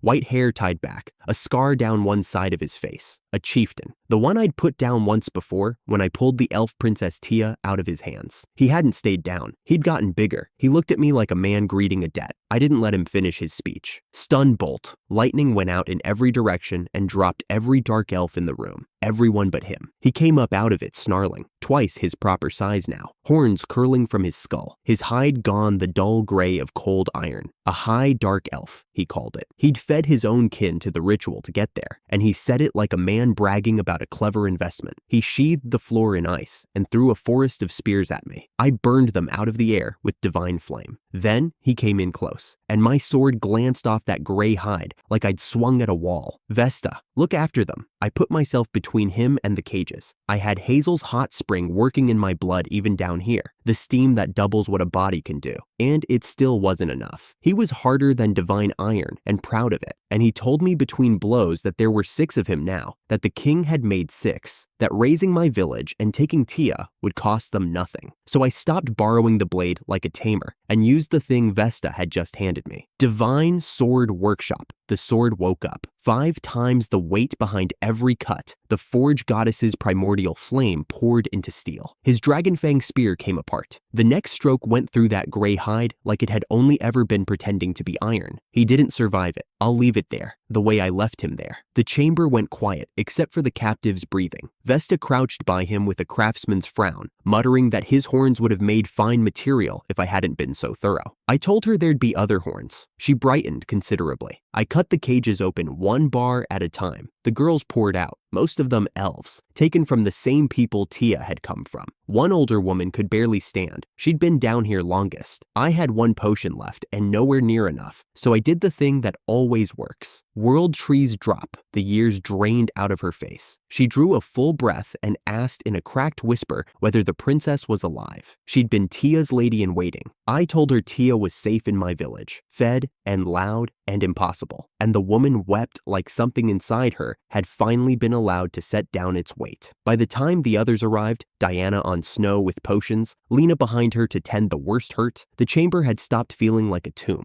We carried them all up into the light, and I let Diana coo over a hidden strongbox of dark elf gold Snow had sniffed out, already spending it on the gotcha in her head. The gold would arm the war that was coming, because the chieftain had told me a true thing while he died. 6 of them, a king above them, a demon king under all of us, breathing slow, waiting. This wasn't a raid I'd ended. It was a war I'd just put my hand into. I went home and told my people to get ready. They came at dawn, the way armies do when they want the dark to do half their work for them. I'd spent the days between preparing and folding in unlikely new hands. The kingdom, nervous about a border lord who could tame gods, had sent men in disguise to learn whether I needed killing. My people caught them. I freed them and made my own men apologize. Their commander was a royal knight named Cyrus, and when I told him I had no quarrel with the crown and that the dark elves were stealing women to feed a demon king, he stopped being a spy and became an ally in the same breath. We needed him. When the alarm bell rang and I threw Monster Search wide, the land lit up like a swarm. 1,000, 2,000, 3, still climbing. A goblin lookout half fell down the watchtower ladder. Big trouble. Whole army, more than we can count. I put a hand on his head until he stopped shaking, then did the math I'd been dreading. Tens of thousands of dark elves against a village of 200. Goblins, adventurers, freed elves, a handful of gods, and me. Cyrus came up beside me, gray-faced. Lord Ethan, those numbers, I know the numbers, I said. They don't know mine. Nobody on their side understood the thing that mattered. They counted bodies. I counted what each of mine could do.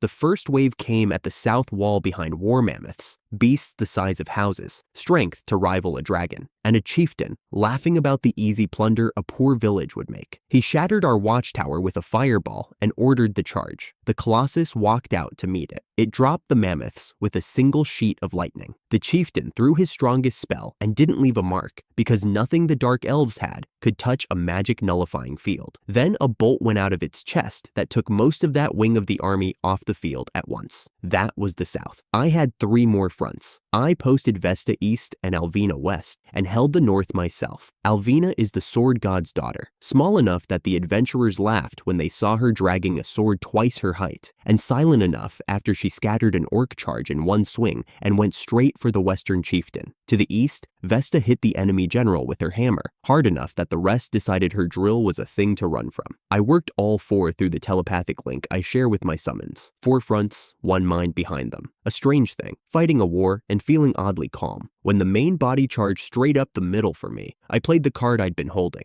Bahamut filled the sky. One breath of divine flame went down the center of that army. A sound, a wall of light, then a quiet where a charge had been. Their morale broke. I called for surrender, and for one breath I thought it might end without another body falling. Then the king came forward. Gorith was a head taller than any dark elf I'd seen, and where the others wore arrogance, he wore a real presence. The kind of leader whose troops stand straighter just because he's looking at them. He named himself King of the Dark Elves and challenged me to single combat, the army to stand aside. I accepted, not from pride. Every minute the armies stayed apart was a minute fewer people died, and if ending this came down to one man and me, that was the cheapest price on the table. Cyrus swore, loudly, to answer anyone who interfered. Diana told me I could do it. I went in. I'd stacked everything I had, the 5-fold blade, the sword god's apprentice skill running hot, and for a few exchanges, I genuinely had him, his eyes widening at a tamer who could fight like this. Then the ground under me lit blood red, and the bottom fell out of the war, a cursed trap. He'd laid it before the duel ever started. The whole challenge was bait. The moment I crossed it, my mana dropped to nothing, and a summoner with no mana keeps no summons. I felt Bahamut wink out, and the Colossus and Alvina, all of them yanked back into the cards on my belt, as if a hand had reached in and turned off the lights. Gorith gave the order, and the whole army came off the leash. Only 2 of my gods could hold their shape without my mana, Diana and Vesta. Everyone else was a card in my hand. So I fought with Divine Flame, the one fire that costs no mana, holding a shrinking circle of ground while the line bent around me. Lena took a hit reaching Cyrus. I had Gavin in reserve guarding Tia, ready to run her clear if this came apart, and I started quietly to think it might. And then the back of the enemy army came apart. I knew the sound before I understood it. A bear bellowing, a gorilla beating its chest, the particular chaos of monsters who have decided to play rough. It was my brigade, the palace beasts I'd raised back in the capital, the ones everyone feared, the ones who'd wrecked that palace looking for me when no one would tell them where I'd gone. 3,000 of them, 100 kinds, and they hit the dark elves' rear like a landslide. A bear throwing soldiers like sacks of grain, a gorilla batting them skyward, a rabbit with tree-felling teeth biting out from under the mages so they couldn't cast. They'd come all this way. They'd found me. A parrot dropped onto my shoulder, breathless and proud. "Ethan, we came to rescue. We did like Ethan taught. Rough with the humans, but nobody killed. We kept it." Even here, on the worst field I'd ever stood on, they'd kept the one rule I gave them. They played rough. They killed no one. That was the whole village in a single squawking sentence, and it nearly undid me. Taming 3,000 monsters does something to a man's skill. Mine ticked up a level right there, and every familiar I had got stronger in the same instant. Diana drove snow through the chaos to my side and pressed both hands flat to my chest. World trees drop. It brings your mana back. Go on, Ethan. Do it. The curse broke like ice off a roof, and my mana came roaring home. I called them all back at once. Bahamut, the Colossus, Alvina, and the field tilted hard the other way. Alvina asked, far too cheerfully, whether she could be the one to cut the king down. I told her no, this one was mine. Gorith had stopped looking like a king. His army was breaking around him, soldiers throwing down spears and running for the tree line. No matter how he screamed, that desertion was a killing crime. He'd staked everything on a trap. The trap was undone, and now there was just a big, proud man in the middle of a field that no longer believed in him. He told me he still had the Demon King's gift in him, power past the divine beasts, more than a human had any right to face. Maybe it was true. It didn't matter. A schemer who wins by curses is not a warrior, and somewhere behind all that boasting he knew it. I didn't make a speech. He'd had enough words for both of us. I closed the distance and ended the duel. He did not survive it, and I won't dress it up past that. There's no honor in describing a man's last second, only in the fact that no one else had to die for him after he fell. The general is down. I turned to what was left of both armies, raised the war cry. It went up off the field like a roof coming off a house. My goblins and elves and adventurers, and the whole impossible menagerie of my home, alive, all of them, on the far side of a war that should have buried us. Diana grinned at me from Snow's back, flushed and filthy and beautiful, and for one full breath, I let myself feel it. We'd won.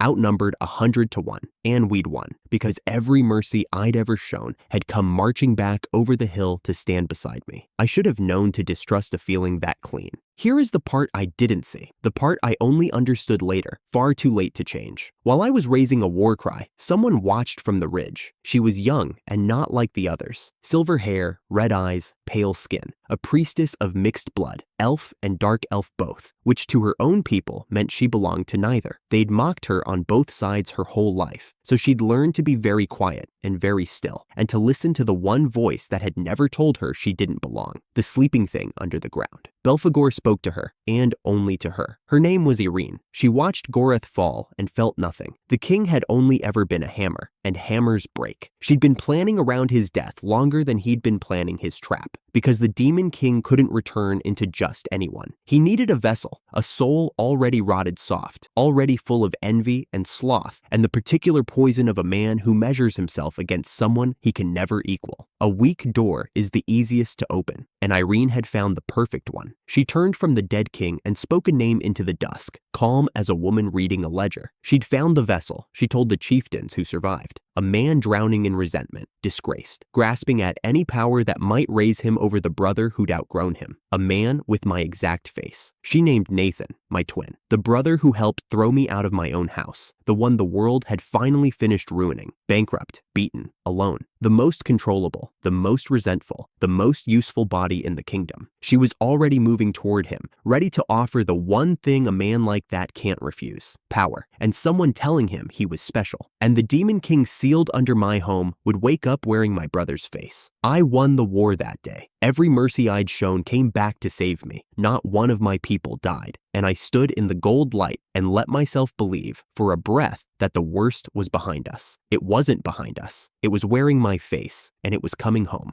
The war had ended without us losing a single one of our own, and somehow that was the part nobody could quite believe, least of all me. So I did what I always did when I didn't know what to feel. I went back to work. The Colossus stood at the tree line with the spinning saw extended from one arm, taking down old growth in clean, patient passes. It announced itself before every cut, the way it always did, a low metal stammer like a machine clearing its throat. 3,000 new residents needed homes. The Dark Elf War had left us with more mouths and more hands than we'd ever planned for, and a village that had nearly burned needed walls that wouldn't. Diana walked the cleared ground with her palm out, and trees grew up out of nothing into houses, hollow trunks with water basins already cupped in the floor, ready to live in. She made about a dozen before she sat down hard in the grass. "That's the limit," she said, and reached for the honey draft at her belt. I crouched next to her. "You didn't have to do all of them today. Somebody has to." She drank, made a face, drank again. "Besides, the goblins keep cheering every time one pops up. It's good for morale." It was. Down the slope, the goblin chief was directing a timber hauling line with the gravity of a general, and the smaller monsters were stacking stone for the new defensive wall, swapping out the old wooden palisade that had held against an army it had no business surviving.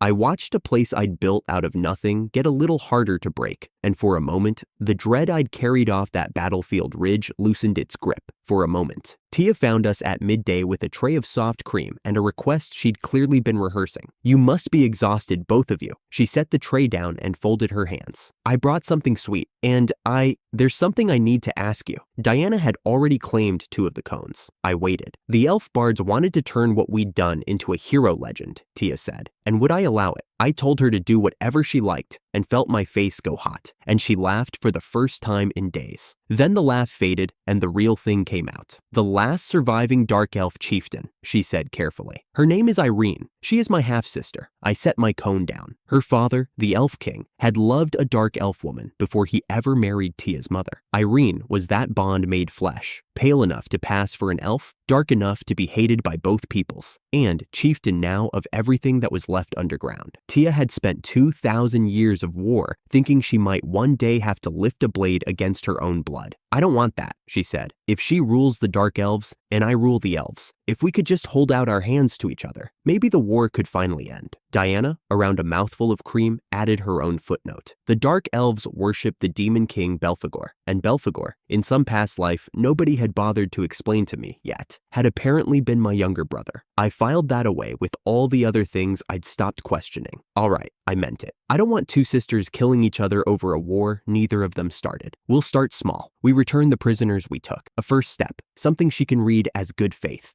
Tia's eyes went bright. She thanked me like I'd handed her something she'd given up hoping for, and I had to look away. We went down to the cell that afternoon. Vesta had thrown it together in a day, and she'd built it with more comfort than a prison strictly needed. Dry stone, clean straw, room to stand. The dark elves we'd taken in the war watched us come down the steps with the flat suspicion of people who expected nothing good from anyone. Tia did the talking, and she did it gently. She offered them their freedom in exchange for one thing, a chance to speak with their leader. No more attacks, no extermination, just an end. They argued among themselves. Some of them hated Irene for her mixed blood worse than they hated us. And then one of them said the thing that mattered. They were sworn vassals of Belphegor, and Belphegor had forbidden them, absolutely, ever to forgive the elves. That was when Diana stepped forward and told them who I used to be. I won't pretend I followed all of it, but the short version was that in a life before this one, I had been the first of the demon kings, and Belphegor had been my younger brother, and to obey me was, in their own twisted accounting, to obey him. One of them connected the broken curse from the battlefield, the thing that should have left me helpless and didn't, to the goddess standing in front of them, and you could watch the certainty drain out of their faces. That's right, Diana said brightly. And he's mine, my lover. Are we clear? I said nothing. There's a kind of statement you can only make worse by responding to it. The dark elves decided they couldn't answer for their people alone.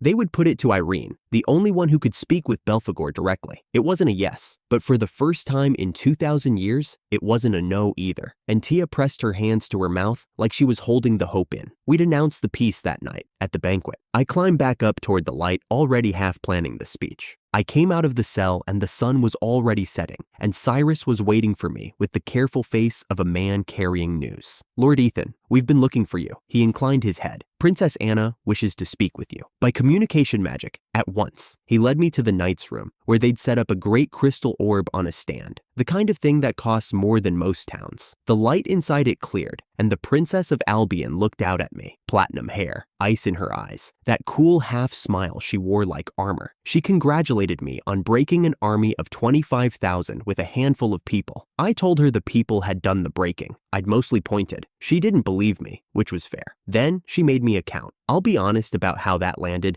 because the title is the whole reason the family threw me out. My father stood in a marble hall and called my skill trash in front of everyone who mattered and stripped my name. And now a princess was handing me a rank that sat above the house that did it. I waited for the satisfaction. It didn't come. It felt like being told the weather had changed in a country I no longer lived in. I thanked her, accepted it, and moved on. And somewhere far behind me, I think a younger version of myself was screaming that I should feel something. I apologized instead for the palace monsters that had drifted loose and wrecked part of the capital. She waved it off. No reparations, no punishment for the beasts. She had no interest in any of that. She had something else in mind. The princess came to her real purpose, the way she did everything, lightly, with a blade under it. She asked, almost idly, whether I might consider standing at her side, as her husband, as the kingdom's future king. I have been thrown out of one family for being useful in a way they didn't approve of. I wasn't about to be married into another one for being useful in a way they did. I already have a fiancé, I said. Her name is Diana. She isn't a noble. She's a goddess. The orb was quiet for a moment. Then she smiled like a woman folding a hand she'd never really meant to win and let it go without a flicker of offense. I'd find out later that Diana, somewhere off toward the hot springs, had no idea she'd just been promoted and would be insufferable about it for a week. Worth it. But the princess wasn't finished, and her face cooled by a degree, and that was when she told me about my brother. Nathan had committed treason, high treason, rebellion against the crown itself. He had walked into the capital with 5 magic dragons at his heel, smashed a quarter of it to rubble, and stood in front of this same princess to demand she marry him, threatening to turn the city into a sea of fire if she refused. She had bought time with a polite lie, sent people to deal with him in the dark, and lost every one of them. Then Nathan and the dragons had simply vanished, and there was a name attached. The dragons hadn't come from nowhere. An elf messenger had brought them to him, a woman, an envoy, claiming to speak for Princess Tia, named Irene. I went very still in the orb's pale light, because I'd heard that name once already today, in an underground cell, from an elf princess who wanted to make peace with her sister.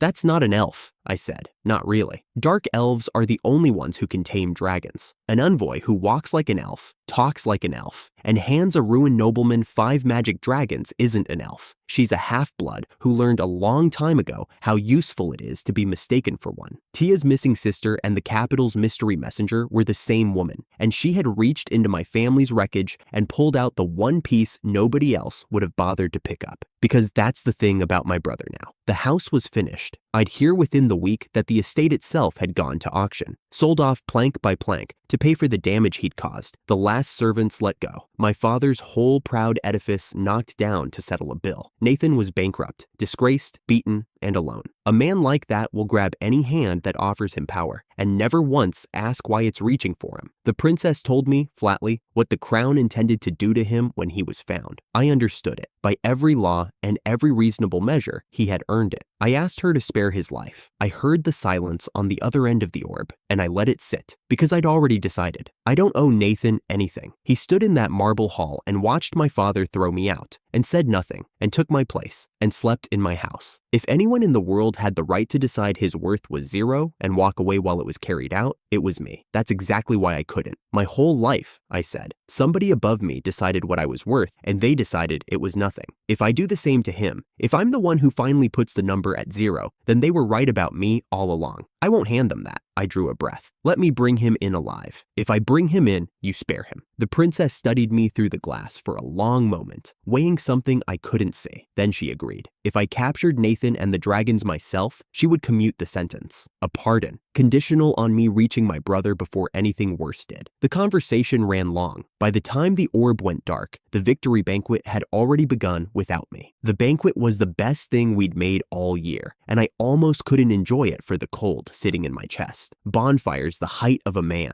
long tables sagging under roast and bread, goblins and adventurers, and the houndfolk and the elves, and 3,000 monsters all eating in the same firelight, with songs going up that had my name in them and embarrassed me every time the chorus came around. This was the whole argument I'd been making since the day they exiled me, made real and loud and full of food. That worth is what you do, not the label someone hands you. A year ago, I'd walked out a gate with nothing. Now nobody here was keeping score, and everybody belonged. Anna stayed at my elbow through all of it, present by the same crystal magic, watching everything with those cool, sharp eyes. She chatted about the village's new sweets, which had apparently become famous in the capital, and I played along and watched the door. Then her gaze sharpened, the way it did before she said the thing she actually meant. You extend mercy even to criminals. Her voice stayed light, but the question underneath it wasn't. You asked me to spare the very brother who helped ruin you. I don't understand a man like that. A life taken doesn't come back, I told her, but it stays in your heart forever. I don't want to carry a weight like that. I'd carried a small one once, years ago, an accident with a creature too young to deserve it, and it had never fully left. I wasn't going to go looking for a bigger one. Then Tia stepped up onto the raised platform at the head of the square and lifted a hand wreathed in amplifying magic, and the music died.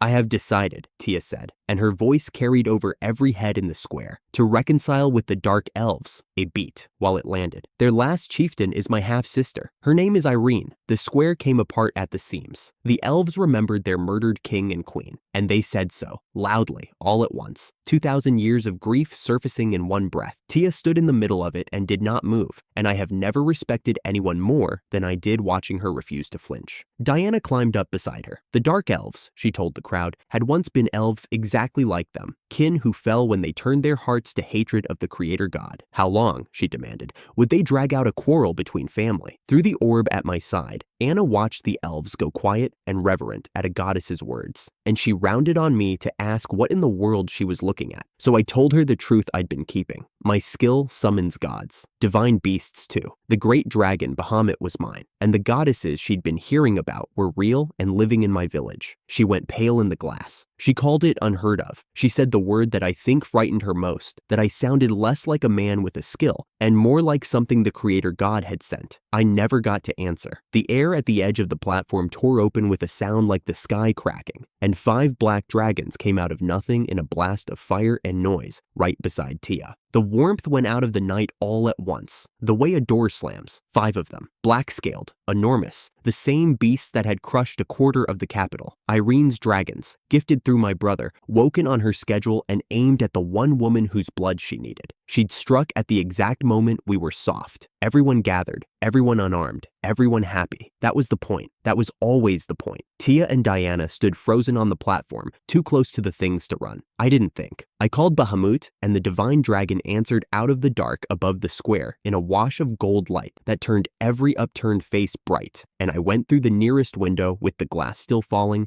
and put myself between the black dragons and the 2 people on that stage. Cyrus! I didn't look back to see if he heard. Get the villagers out, all of them, now. He was already moving. Behind me, the square dissolved into running and screaming. The banquet I'd been so proud of an hour ago, coming apart in firelight and smoke. Ahead of me, 5 black shapes turned, and Bahamut's shadow fell across all of them, and I planted my feet between the apocalypse my brother had led into the world and the people I had built this whole life to protect. The title hadn't moved me. The pardon was just a promise. None of it mattered now. It wasn't coming home anymore. It was already here, and it had teeth, and I was the only thing standing in front of it. The banquet was supposed to be the night we stopped keeping score. Warm food, loud arguments, the whole found family crowded under the lanterns. Then, 5 black dragons tore the sky open above Tia's stage, and the warmth went out of the world like a snuffed candle. I went through the window the same second Bahamut answered my call. His gold light flooded the square, vast and ancient, and the heat of him pushed the dragon fire back the way a hand pushes back a curtain. One of the black dragons reared to breathe, and Bahamut hit it shoulder first and threw it clean over the rooftops, out past the new stone walls. Gone. That was one. There were 4 more, and they did not slow down. Target their eyes, I shouted to the adventurers, scrambling up out of the smoke. Blind them, then we close. Ernest moved like he'd been waiting his whole life for the order. His blade, the one Vesta forged to bite dragon scale, went deep into the nearest beast's leg,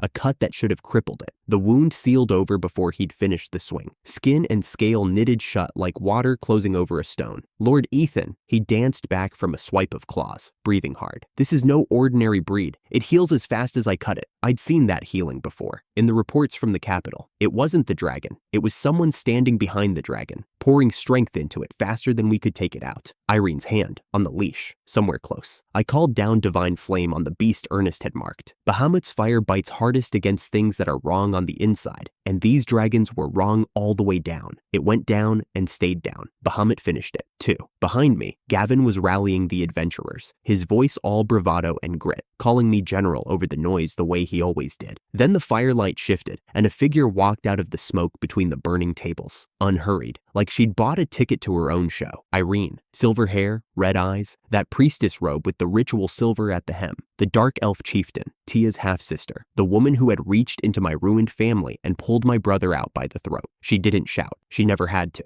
She struck down the few elves nearest her with a lash of lightning and spoke to me across the wreckage, almost bored, the way you'd address a servant who'd misread an order. She called all of this her answer. She asked if I'd finally woken from my dream, and when I asked her where Nathan was, she only said my brother had an important part still to play and that she would not be sending him back until it was done. She told me I was a puppet, the creator god's tool, a thing wound up and pointed at the world. I act of my own will, I said. I never agreed to be anyone's pawn. Gavin tried to take her from behind, flat of the blade, no killing blow, because I'd told them all I wanted her alive for Tia's sake. She turned him aside without seeming to cast at all. Earth and fire answered her like reflexes, and Gavin went down with a sound torn out of him. Heal him, I told Lena, already moving. She's mine. I would take her alive. That was the whole plan. Capture her, force the peace Tia had bled to build, end 2,000 years of war in one night. I held that plan in both hands like something precious, and I walked toward her with everything I had. I never noticed that taking her alive was exactly what she wanted me to want. She greeted me, and the air around her filled with magic circles. Dozens of them, then more, each one loosing a volley of magic arrows. The sky went white with them. I'd been drilled for exactly this. The sword Vesta forged turns magic aside. The parry technique Alvina beat into me over 100 bruising afternoons turns the rest. Alvina liked to say a master mage is helpless in front of a master blade, and I doubted her every time, and she'd been right every time. I cut the arrows out of the air and kept walking. Irene doubled the circles. The barrage thickened until the world was just light and noise and the ringing of my own sword. So I changed the game. I summoned the Gigas, the god's ultimate weapon, a thing built to end arguments, and it raised a field around us that swallowed every spell of A rank and below whole. Her arrows died in midair. In the sudden silence, I closed the last of the distance. The Gigas and I cast at the same instant, and a stun bolt took her square. She got a shield up across half of it. Not enough. She folded, and I caught her before she hit the ground, and I checked. She was breathing. Lena arrived with Gavin on his feet behind her, healed, and Lena laughed in relief and called it an easy win. It hadn't been easy. If Irene had reached for the high magic, the real magic, I'd have been buried. But I let it go because we had her, and we could finally... Lord Ethan, Lena was looking past me, smile fading. Is Tia safe? I thought you took her hand and got her clear. The bottom dropped out of me. I had not taken Tia's hand. I'd gone for Bahamut, for the dragons, for the woman in my arms. I turned to look at the woman in my arms. Irene dissolved. She came apart in my hands into a slow drift of light, motes rising and going dark, until I was holding nothing at all. A doppelganger, a perfect copy with every one of her skills, real enough to bleed, real enough to fool me, built for exactly one purpose, to be the thing I'd chase, while the real one did her work somewhere I wasn't looking. She'd conceded the fight as her double faded, said I was the stronger, said the victory was already hers. It had been hers from the moment I drew my sword. I'd spent the whole battle winning a fight that didn't matter, while the fight that did walked out the back of my own village. Ernest came running, blade still wet, reporting that every dragon was down. I barely heard him. He played us, I said. My voice came out flat and far away. Get every adventurer, every elf, moving. Find Tia, now. A shadow peeled off the ruined wall, one of the old dark crow. The spies who'd thrown in with me, who move like the dark is a door they keep open. He told me to be at ease, that they had eyes on the princess. Then he told me the rest, and ease had nothing to do with it. Tia had been led out of the village by a man wearing my exact face, Count Nathan. They'd tried to free her, and Irene herself had blocked them, and one of theirs was on the trail now. And by their telepath's word, the two of them were not running for the dark elf stronghold. They were running for Belphegor's dungeon.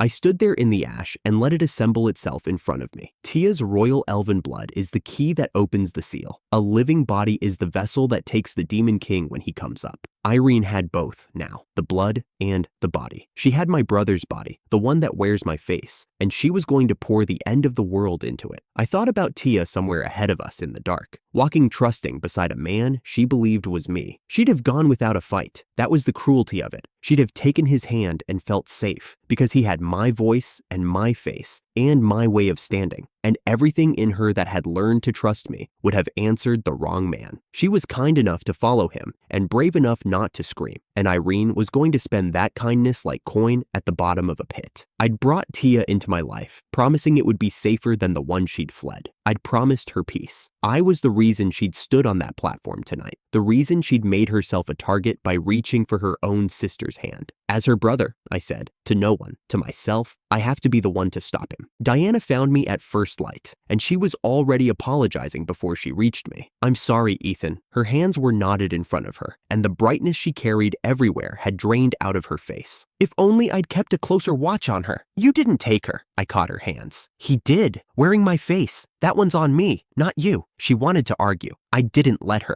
There wasn't time, and guilt is a thing you carry on the road, not a thing you stop walking for. I built the party in my head and then out loud. The smallest group that could punch through to the bottom of a Demon King's dungeon. Me, Diana, Vesta, Alvina, Ernest, Lena, 6. Diana's world trees drop. The skill that can pull a soul back across the line of death inside a day was still on cooldown. Our biggest trump card sitting dark in her hand. We'd go without it. Vesta came up out of the forge smoke with something wrapped in cloth, deadpan as ever, and put it in my hands. A sword. Mithril, fresh off the anvil, still carrying the warmth of the quench. It took time, Master. She watched me unwrap it. But there it is. That one will cut gods and demon kings alike. The blade was a cold, clean line in the gray light. A thing made to cut the thing we were riding toward. Alvina lit up like a festival and crowded in to gush over the work, then begged Vesta to reforge her own greatsword the moment we were home. Vesta, who never praised anyone, told her that her outlook on the way of the sword was a fine one. Alvina nearly floated. Even now, on the worst morning of all of this, the family was still the family. I held on to that. I was about to ask it to hold a great deal more. Lily pressed a leather pack into my arms at the gate. Recovery items, lanterns, water, rations, packed tight and ready. Because of course she'd had it ready. She bowed, graceful as still water, and wished me fortune and a safe return. The hound folk who sell their soft cream in the capital came too, pale and desperate, and pushed an elixir into my hands worth 300,000 gold, begging me to save the princess, because their whole bright little dream falls apart if Tia falls. I took it. I'd pay them back the cost 100 times if it kept her breathing. Then Snow came tearing through the gate with his hackles up, and the morning got worse. He howled a warning. Monsters. A great many of them, closing on the village from the forest. I reached for monster search and let the count assemble behind my eyes, and the number kept climbing past anything that made sense. Over 10,000, a ring of them, all the way around us. This is to stall us. Diana was at my shoulder, reading the same horror. Irene stirred the forest monsters into a frenzy. Ethan, what do we do? Vesta named the cause without looking up from the wall. An ominous miasma was pouring out of Belphegor's dungeon, she said, thick enough to taste, and it was driving every beast in the forest mad. The dungeon wasn't just a destination anymore. It was awake, and it was breathing poison across the whole region, and it had turned the wilderness itself into a weapon aimed at my home. And there it was, the trap laid clean. Go save Tia and leave my people to be overrun by 10,000. Stay and hold my people and let the world end at the bottom of that dungeon. Pick one, lose the other. Irene had built the choice and handed it to me with a bow. I picked both. I refused the trap on principle, the way I'd refused every other person who tried to tell me what I was allowed to have. I turned to the people I was about to leave holding the line, and I did not pretty it up for them. Gavin slapped his own cheeks hard, twice, like a man waking himself up. I dropped the ball before. His grin was all teeth, and no doubt. I'll hold this place till the general's back. You go. Cyrus stood beside him in his royal knight plate, calm as a closed door. He told me to leave it to him, that as a knight, he'd defend this village to the very end. From him, it wasn't bravado. It was a vow, and I'd watched him keep harder ones. Hazel bounced up next, the little hot spring goddess, and waved at the wounded with both hands. She'd heal every one of them in her spring, she promised, so I should go and fight without a single worry. Then she jerked a thumb at the monsters massing behind her and bragged that every one of them had soaked in her waters and come out 3 times as strong. 10,000 could come. They wouldn't lose. And the monsters, my monsters, near 3,000 of them, the wolves and bears and gorillas, and crawling things the world had taught me to call enemies before I taught myself otherwise. They did not have to be asked. Snow put his head against my chest and made a low sound that I'd learned to read as a promise. And behind him, the whole brigade pressed in close and would not be moved. They'd guard it. They'd guard the home we built, so I could go save someone who lived in it. I'm not a man who cries easily. I came close, standing there. These were the most precious things I owned, and every one of them was volunteering to bleed so I could leave. Thank you. My throat was tight, and I let it be tight. Some things you shouldn't say smoothly. All of you. I'm leaving the village in your hands. 5 flying dragons came down out of the gray to carry us. I climbed onto the lad one, and the party mounted behind me. And the elves, the same elves who, not so long ago, had wanted Tia dead to keep this very seal from breaking, ran up under the wings with their hands out, begging me to bring their princess home, saying it was their own weakness that brought this down on us. The people who'd once condemned her, pleading now. The world turns strange when you watch it long enough. The dragons beat their wings and we lifted, and Silesia fell away below me, ringed in 10,000 teeth, holding. I pointed us at the dungeon and did not look back. There wasn't anything back there I could fix from the air. Everything I loved was down there, learning to stand without me, exactly the way I'd always sworn they'd have to. We flew low and fast over a forest that was emptying itself toward my home. 10,000 dark shapes flowing the wrong way beneath us like a tide running uphill. Ahead, where the dungeon was, the air itself had gone wrong. A yellow-gray haze hanging over the land. The miasma Vesta had named, the breath of the thing under the ground. And somewhere in that long, screaming flight, with the wind tearing at me and Diana silent at my back, the whole shape of it finally came down on me all at once. Not the plan,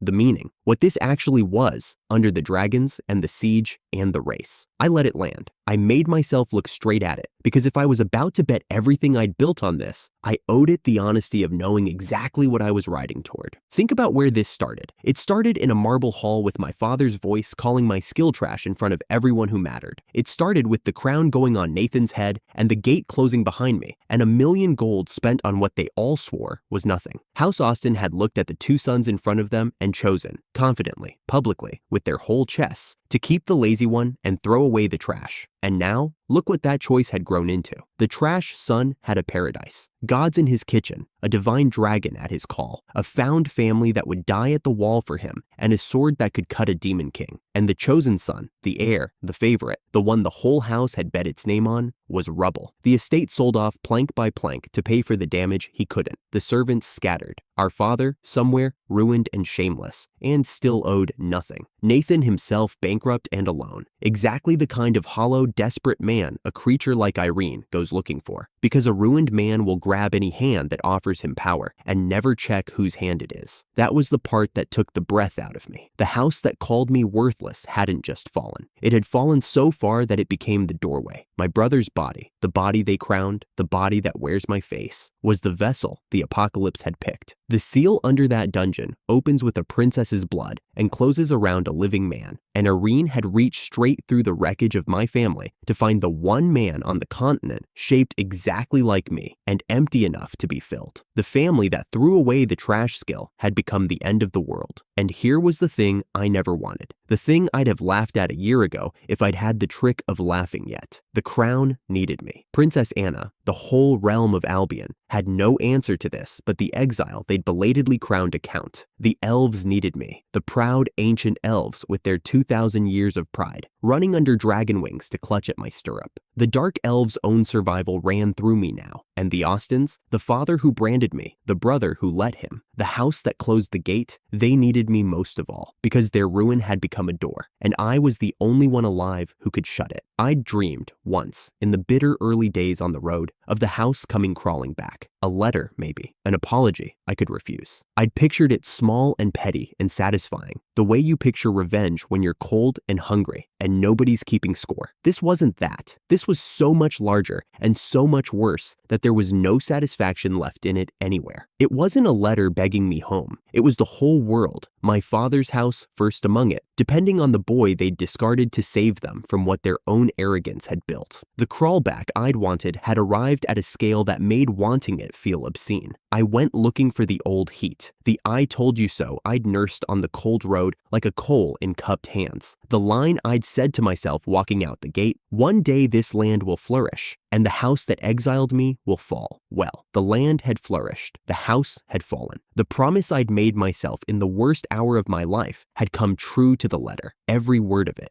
I'd thought it would taste like winning, but you can't gloat at a doorway with the world pouring through it. There was only weight, the weight of a brother somewhere below me, with a demon king pouring into him, wearing my face while it filled him up. The weight of a friend bound to a stone with her blood already promised to the dark. The weight of a home behind me, holding against 10,000 so I could be here. The weight of my father's voice, all those years, telling me what I was worth. And the awful arithmetic that proved him exactly, precisely wrong, written across a whole continent that now lived or died on whether the trash son was as worthless as advertised. Vindication with no joy in it anywhere. Just a fist closing slowly in my chest as the dungeon's sick yellow light came up to meet us. Diana, I had to raise my voice over the wind. Whatever's down there, we don't leave without both of them, Tia and my brother. Both, she said, and there was no hesitation in it, none at all. We bring them both home, Ethan. The dragons folded their wings and dropped toward the dungeon mouth, down into the breath of the thing that wanted to wear my brother's face. The house had fallen, all the way to the bottom, all the way to the doorway. Only the reckoning was left, and it was waiting for me in the dark. The dragons set us down at the dungeon's mouth, and after that, there was no sky. We went down through the dark, level after level, until the air stopped moving and the walls sweated cold. Diana stayed close at my shoulder. Vesta's hammer thudded against her back with every step. Nobody talked. There was nothing left to say that the dark wasn't already saying for us. Then the stairs ended. The temple opened up in front of me, and I saw the coffin. It sat on a low stone dais in the center of the chamber, an enormous slab of black rock, older than anything I had words for, carved all over with marks that hurt to look at directly. A faint violet light breathed up out of the seams, and across the lid, laid out flat, was Tia. I knew her by her hair before anything else. The silver twin tails, the red ribbons coming loose. She was awake, struggling against the stone like a girl pinned under a weight she couldn't see. And standing over her, one hand raised, was Irene. I ran. I have replayed those next seconds 1,000 times, and they always come apart the same way. Slow in the parts that hurt, gone in the parts I needed. Tia turned her head toward the woman above her, not afraid, pleading. She was still holding something out, a folded paper crushed in her bound fingers, still trying to give it over even now. Their father had written it. Tia's voice came up thin across the chamber, calling Irene's sister, asking her to wait, just to read it. Irene tore the paper to pieces without looking at it. I was close enough now to see her face, and her face was the worst part. Not cruel, not laughing, just shut. A door bricked over a long time ago. She said something low to herself as her hand came down, something about how she had spent her whole life telling herself she was not the kind of creature meant to be treated this way. And then she finished it. The coffin took its price. I won't describe it. The seal under Tia drew from her royal blood the way the stone had been built to do 2,000 years ago, and the princess cried out and went limp across the lid, struck down by the thing she'd been laid on, a victim of it. Nothing she chose, nothing she did to herself. The violet light flared up bright and sick, and beside the dais, the body of my brother lifted its head. I didn't stop to think. I don't think I could have. I crossed the last of the floor, dropped to my knees at the coffin, put both hands on Tia, and poured everything Diana had ever given me into the world tree's drop. The green light I'd watched bring a dead villager back to life a lifetime ago. Diana's voice cracked across the chamber behind me, telling me Tia wasn't gone yet, that there was still time, that I could still stop it. So I stopped it. The green light closed over the wound the stone had made, and Tia drew a breath, a real one, ragged and whole. The pull on the coffin guttered. The revival stalled out half-finished, like a held note dropped before the end of the bar. And across the dais, the body slumped. Nathan, my Nathan, folded down to the floor with his eyes rolled white and went still. For one breath, I thought I had made it. I thought I had been fast enough. I should have known better. Being fast enough only ever means you arrive in time to watch. Irene was still standing. The right had failed her, and she knew it. And I saw the calculation flicker behind those pale red eyes. Whether to fight, whether to run. I got to my feet between her and the others and told her it was over, that I'd take it from here. I meant to take her alive. For Tia's sake, I'd decided that much back up on the dragon, in the daylight, when the world had still made a kind of sense. The chamber was quiet, Tia's breathing, the drip of something far off, Nathan unconscious on the stone. For one stupid, generous moment, it looked like the kind of night you walk out of. What happened next, I have never been able to make tidy in the telling. Vesta came down the last stairs, hammer ready, and found the fight already over. I handed her the weight of guarding the room. Tia got her feet under her, shaken, hollow-eyed, but standing, and went to her sister. Not the way you go to an enemy, the way you go to family. She reached for Irene's hand and took it, and held it, and called her big sister again. And this time, Irene didn't pull away. I watched a thing happen to Irene's face that I had no name for. The bricked-over door cracked. She said very quietly that this was the first time anyone had ever been kind to her, that she had never felt anything like it. Diana, who had been ready to bury this woman a moment ago, softened all at once and started in about blessings for the dark elves, about fertility for their land, about ice cream of all things, as though a bowl of soft cream could pay down 2,000 years of being unwanted. And the strange thing is, it almost could. Irene almost laughed. For about 4 seconds, we won. Then Irene's hand went tight around Tia's, and her face changed, not softening now, but emptying, and she folded down toward the stone. I caught her before she hit it. I don't fully remember moving. One instant, she was upright with that almost laugh still on her mouth, and the next, she was a weight in my arms, the light going out of her eyes from the inside, and there was nothing on her body for me to fix. No wound, no blood, nothing to push the green light into.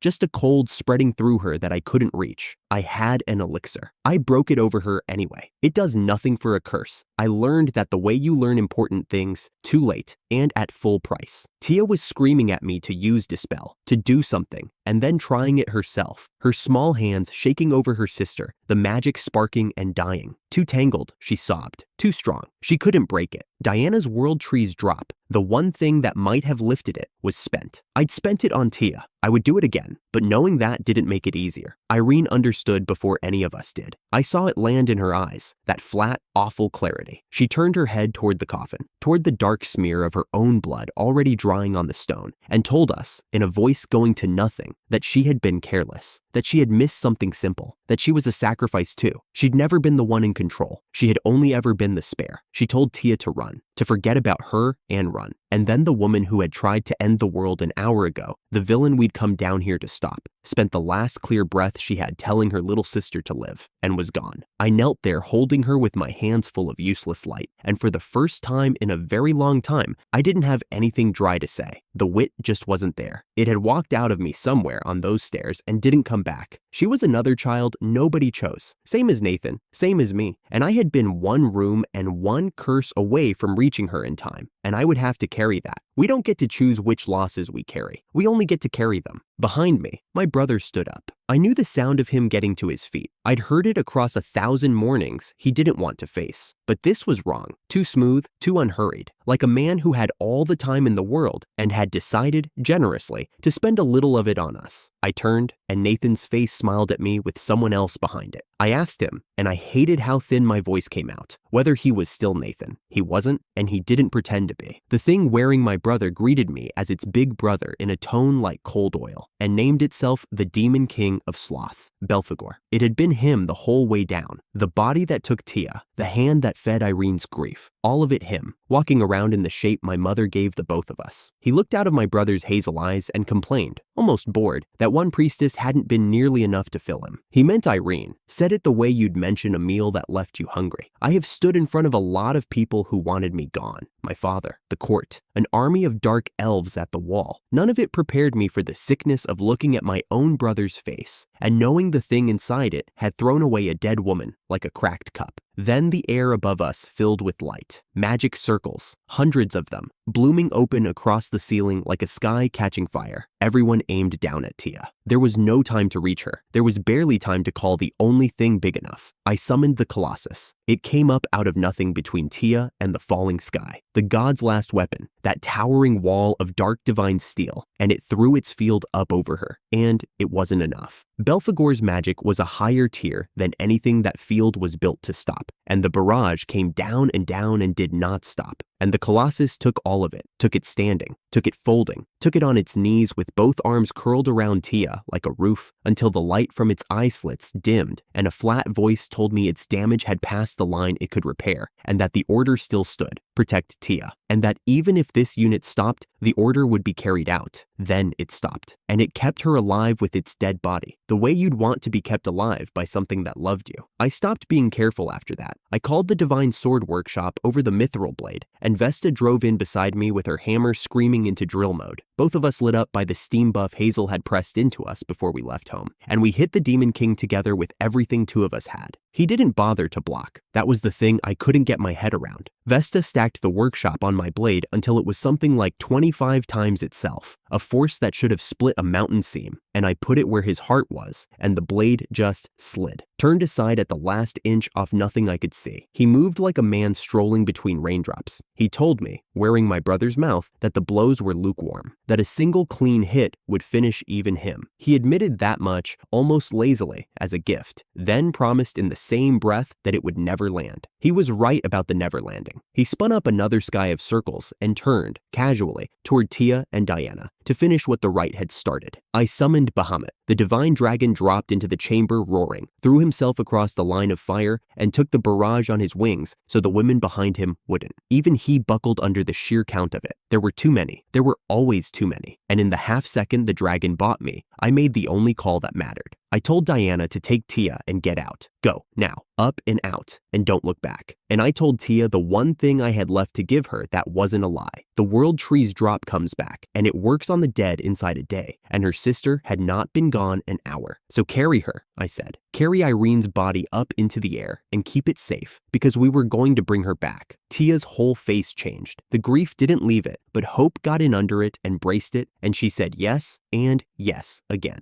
And that was enough. That was something to fight for. Belphegor saw them move and struck at Diana across the chamber. Bahamut threw himself in the way of that too. And then, between my brother's body and my goddess, a woman in a black priestess robe stepped out of the air where no one had been standing. It was Irene, and it wasn't. Crimson circles snapped open around her and bent Belphegor's spells off their lines, away from Diana, away from Tia. For one wild instant, I thought I'd been wrong, that she was alive. Then I understood. Her doppelganger. The skill that had made the perfect copy at the banquet had made one more, a last one. She told us plainly what she was. The real her was dead, so this copy had only a few minutes before it faded, and she meant to spend every one of them standing between my brother's body and her sister. She told me to run my numbers later and listen now, because she had something I needed. His defense, the way nothing I threw at him would land, was a skill born of his own sin. Sloth made into a law of the world. An automatic, effortless guard that moved before he did, that turned a blade no matter how hard it came. But it made his own attacks sloppy, imprecise, because a creature that never has to try forgets how. That was the trade. That was the seam. And then she told me how to cut it. To break a defense that reacts to everything, you need an attack it cannot react to. One blow that simply cannot be dodged, cannot be turned, cannot be refused, unavoidable. Belphegor laughed at that through my brother's throat. He jeered that I'd lost the old power that could have done such a thing, that even with the gods' borrowed skills, his big brother was a hollow shell. And then, almost gentle, he preached at me that laziness, the wish to win with the least possible effort, was the real engine behind everything ever built. He believed it. That was the chilling part. He wasn't taunting. He was teaching. The phantom turned to Tia one last time and ordered her up the stairs. Tia fought it. Of course she did. Clinging, swearing they'd meet again. And then she ran with Diana, carrying the body up into the dark toward the air. The copy held the line behind them and started, quietly, to come apart. He turned his magic on the phantom to erase her for defying him, and she stood in it and kept deflecting, even as the edges of her went thin and her mana ran down toward nothing. She told me she was already dead and afraid of nothing, and somehow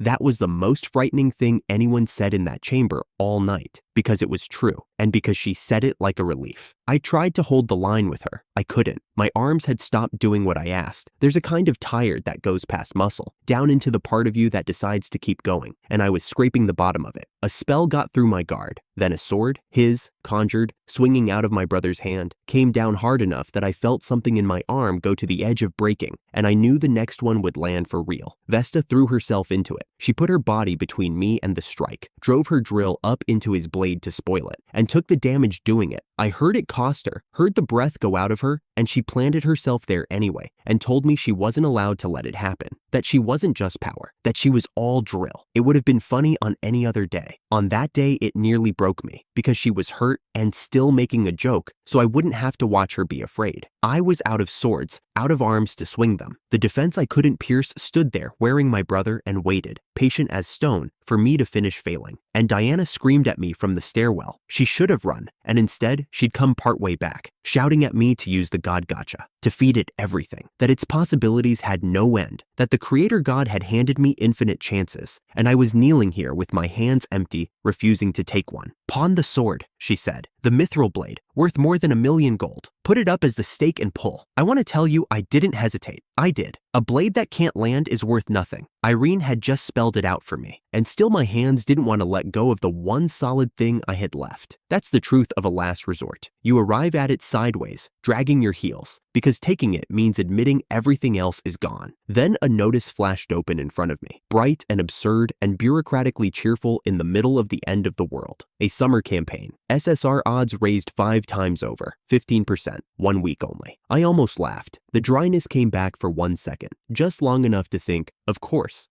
the miracle shows up wearing a sales banner. I staked the sword. I held the mithril blade up into that ridiculous golden light and told the gacha to open, and I begged it for an SSR, a god, a real one. Something that could land the unavoidable blow Irene had promised was the only way through. Come on, I said. SSR, just this once. Be kind. It gave me Alvina, not a new one, our Alvina, the sword god's daughter, in some festival outfit. A summer variant, lightly armored and blinking around the chamber, asking where she was and why everyone was looking at her like a disappointment. An SR, not the god I'd staked everything on. She charged Belphegor on instinct anyway, swung, and got knocked clean back. Her festival gear, no shield against him. But she's never been only what she looks like. Her arrival jumped a skill I'd inherited from her, the swordsman's gift, over 4 times higher than it had been. And I felt my own hands remember things they'd never learned. And for the first time all night, the blade in them felt like it might mean something. Behind me, Irene's phantom told me, soft, that the distraction had done its work, that Tia had the time now, that she'd run. And then, having said the one thing she'd stayed to say, the copy sank toward the floor and the crimson light around her went out. And she was gone for the second time that night. And the second time was not easier than the first. Far up the stairwell, I heard Tia hit something, a wall where there shouldn't be one. Belphegor's barrier, sealing the way out, dropping her back. He gloated, my brother's mouth shaping the words, no escape. The priestess died for nothing. No SSR god alive could topple him, and he'd grind whatever I summoned to dust. And then the air rang with a sound like a struck bell, and a new notice unfolded itself in front of me. It was an apology. The system was sorry, it said, in that same flat, cheerful tone. The advertised odds had been false. The real rate was 3%, not 15%. And in compensation for the error, my mithril sword was returned to my hand, and I was granted, with regret, 50 holy stones. Diana made a sound I will remember for the rest of my life. Half a sob, half a laugh. The sound of someone who has been praying and just felt the prayer answered through the side door. She grabbed my arm hard enough to bruise. 50 holy stones was a 10 pull. A 10 pull guaranteed an SSR, a guaranteed god. Belphegor felt the shift in the room, and his bored cruelty cracked straight down the middle. He raged, not at me, past me, at the creator god he kept circling back to, branding him a swindler, a con artist who hadn't changed his game in 2,000 years. For the first time since he'd stood up in my brother's body, the demon king of sloth was not amused. I closed my hand around the sword that had come back to me, and the stones that hadn't been there a breath ago, and stood up off my knees. I want to be honest about where I was standing. Irene was dead, twice. The Colossus was a ruin. Bahamut was down. Vesta was hurt and still in front of me. Tia was trapped at a sealed door with her sister's body in her arms, and behind all of it, smiling, patient, wearing the face my mother gave my brother, was the thing I had sworn I would not kill, because killing it meant killing him. And somewhere under the Demon King, I had to believe Nathan was still in there. It was the darkest hour I had ever stood in. But I had one pull left, one guaranteed god, waiting on the other side of a turning wheel. And for the length of one held breath, in the worst room in the world, that was enough. I reached. That was where the last breath ended, my hand out over the wheel, 50 holy stones cupped in my palm like the last warm thing left in the world. Vesta was down on one knee. Bahamut was a heap of gold scales, fighting just to lift his head. Tia was trapped at the sealed stairs with a body in her arms that used to be a person. And across the chamber, wearing my brother's face, the thing that called itself the Demon King of Sloth was already raising its hand to finish what it started. I pulled. The whole chamber went white. Not the violet of his magic, not the red of the burning. Clean, gold, ordinary daylight, in a place that had never seen the sun. 10 times the wheel turned, and 10 times the dark came apart. Vesta came back first. The forge goddess rose off her knee like the floor had stopped hurting her, and the great iron hammer she carried split open along its head into something with teeth. Oh ho! She turned it once in her grip, testing the new weight. From a drill hammer to a drill at long range now. Master, stand clear of the wall. Then the wall wasn't there anymore. A spiraling lance of pure force bored straight through stone the demon had spent 2,000 years building, and the chamber breathed cold air for the the first time. Beside her, the little swordswoman planted her feet and grew.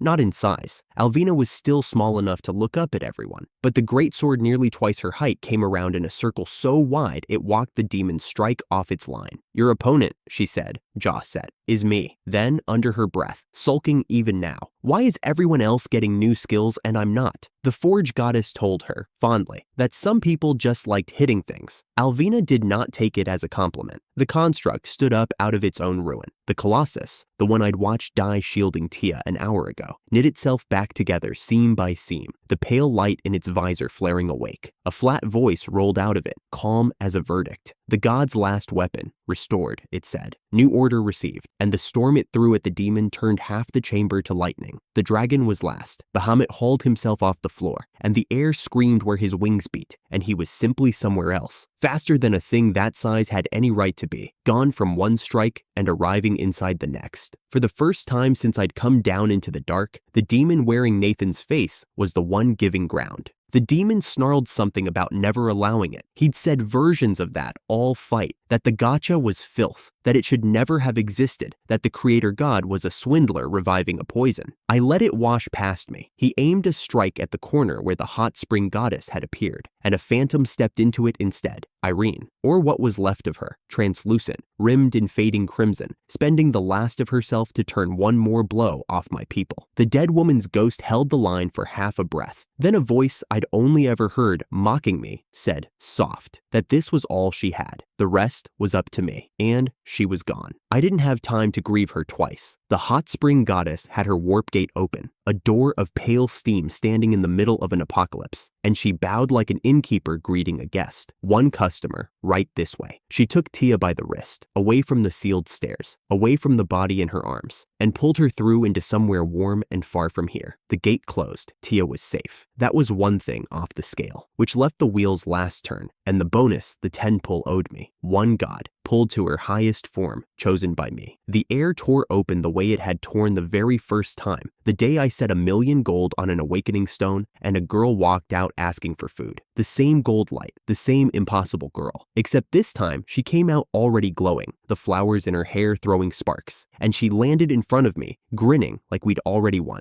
I did it. I came out. Diana planted her hands on her hips, delighted with herself in the middle of the worst night of my life. "Ethan, pull me one more time and I can draw out your power, the one from before, your power as a demon king." I named the bonus, the goddess of abundance, Diana, her highest form. The light that came off her then wasn't gold anymore. It went down into me, through me, all the way to a place I'd never been able to reach in this life because it didn't belong to this life. She'd called it transcendental regression, a door, opened once a month to the man I used to be. And the man I used to be had a name the demon kept spitting at me like an accusation. The light demon king, Lucifer. His power came up in me, cold and complete and absolutely steady. And Diana said its name out loud so I wouldn't mistake what I was holding. Causality, destruction, one event, anywhere in the last day, undone, as if it had never happened. She gave me one warning with it, and her voice dropped out of its usual brightness when she did. "Used carelessly," she said. "This could not be taken back. Choose once, choose right. One undo, one day, one chance to reach back into the hours behind me and pull a single thread loose." And I knew,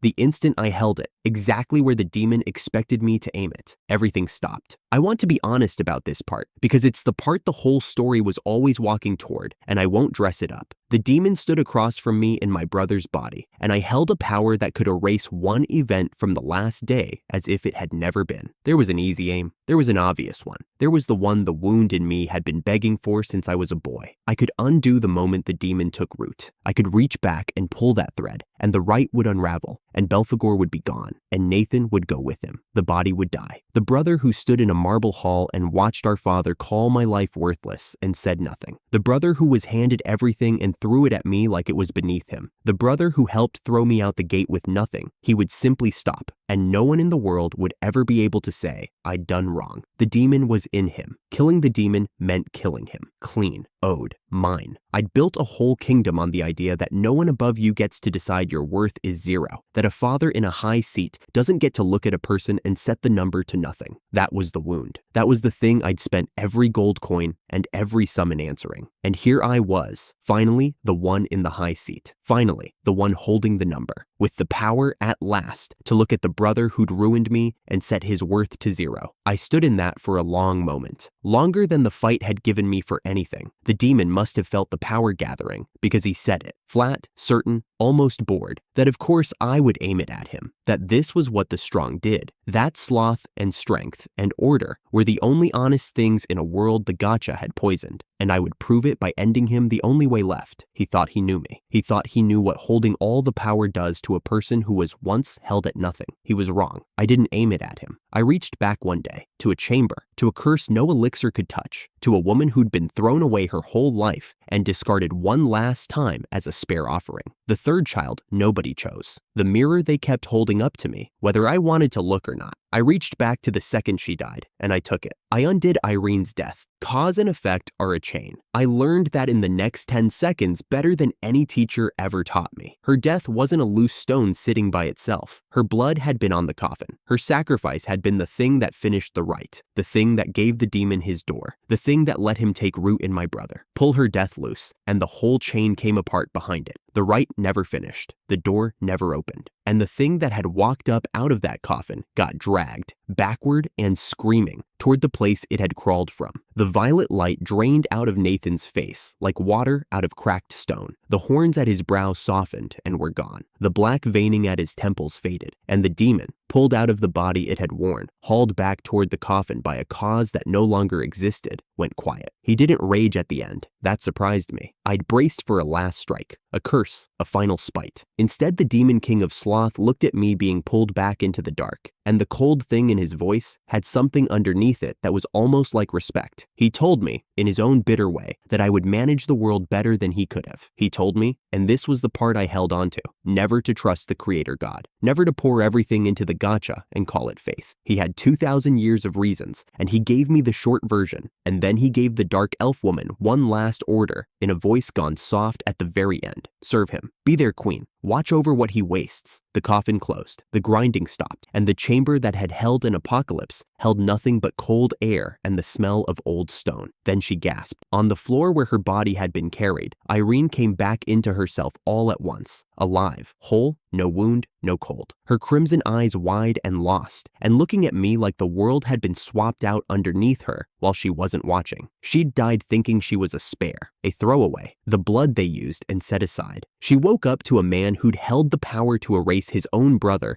and spent it bringing her back instead. She tried to speak and couldn't. Then she got one word out, small and cracked, and absolutely sincere. Yes. Just yes. The way you say it when someone has asked the only question that ever mattered without saying it out loud. I told her to get along with Tia. She said yes again, and this time something behind her face broke open. And for the first time since I'd known her, the dark elf priestess who'd tried to end the world looked like someone who finally had a place to stand. Diana threw her arms up and shouted that we'd done it. Alvina announced to no one and everyone that she'd absolutely helped beat a demon king and was going to brag to her father and her brothers about it forever. Vesta just said, simply, that we'd won. I stood there in the cold with my brother's body breathing on the floor, unconscious and his own again, and I didn't feel like I'd won anything. I felt like I'd put something down that I'd been carrying so long I'd forgotten the shape of my own hands without it. That was the choice, the hard one over the satisfying one. I'd spend the rest of my life letting people argue about whether I got it right. I knew I had. We came home on a dragon.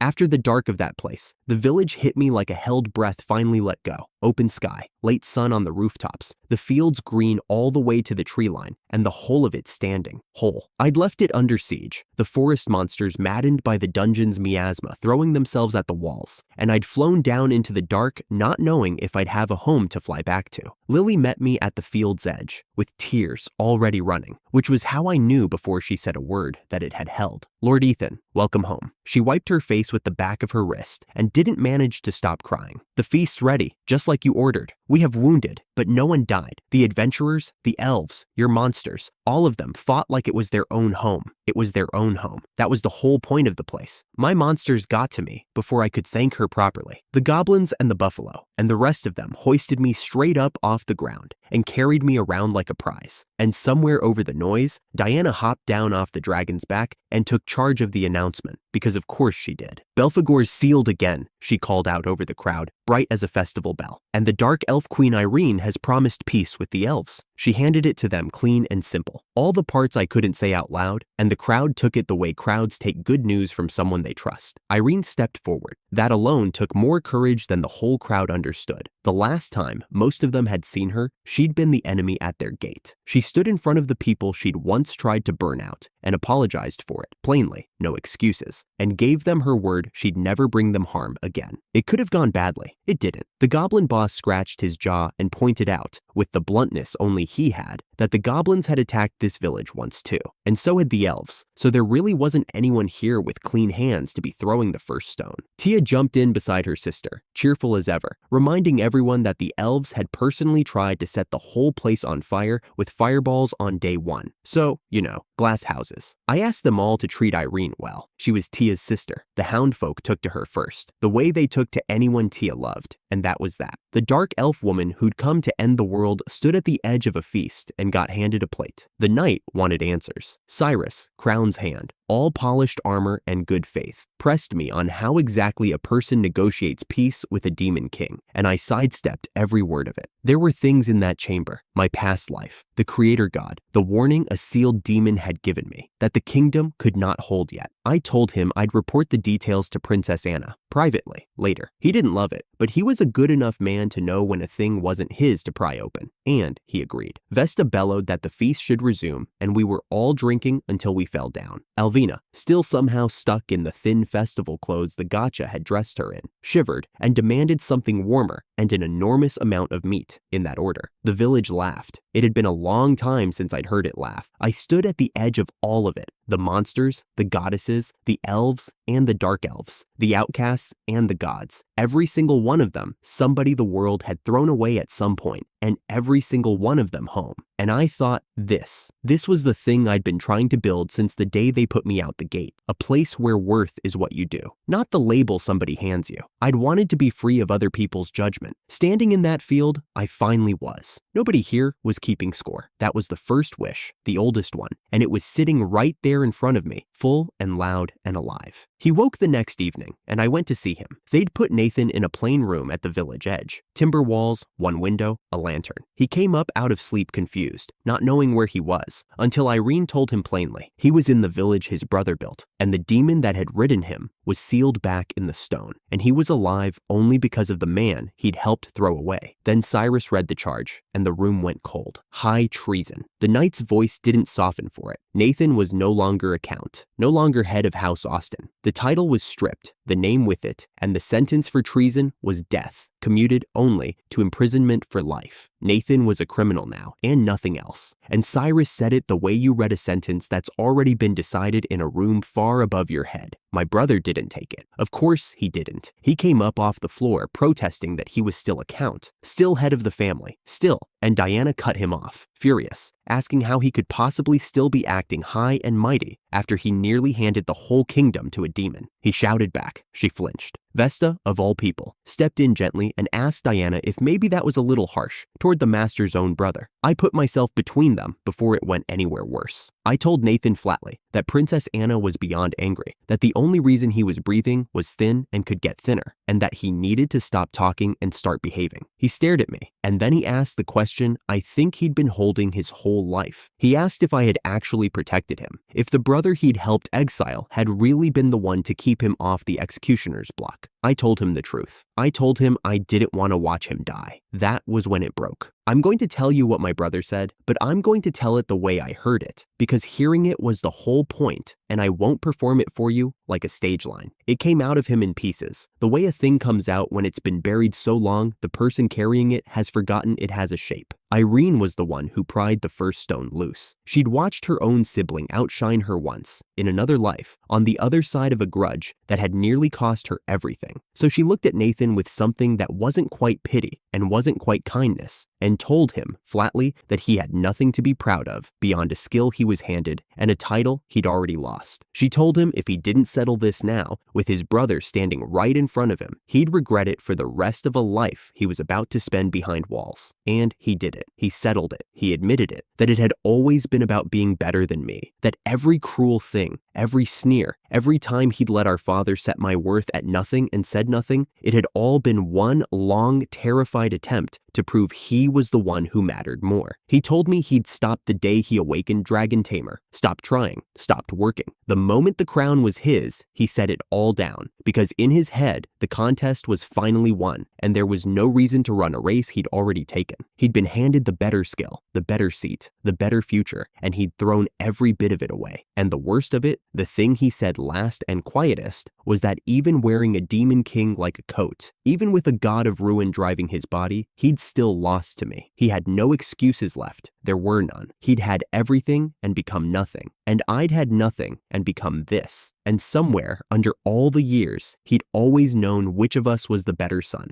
and he'd spent his whole life trying to make the world say otherwise. That was the recognition. That was the thing I'd been owed since before I had words for it. The thing I'd built a kingdom to stop needing. And here it was anyway, late, in a prison cell, in the cracked voice of the brother who'd ruined me, finally saying the one true thing he'd ever said. I'd spent my whole life invisible to this family. I stood there and watched my brother, for the first time, actually see me. It didn't feel like winning. I keep saying that. It's because it's true. It felt like setting down a weight. I told him there might be a pardon someday. If he worked, if he tried. That prison labor had a road out of it for a man who finally decided to walk it. He scoffed at me, said he'd never liked my kindness, never had, that it had always made him feel smaller. But there was no heat in it anymore. It was just a tired man telling the truth in the only voice he had left. I didn't lobby Anna for his life because he deserved it. I want to be clear about that. He didn't, and he knew it, and pretending otherwise would have cheapened the one honest thing happening in that room. I did it because I'd built my whole life on the conviction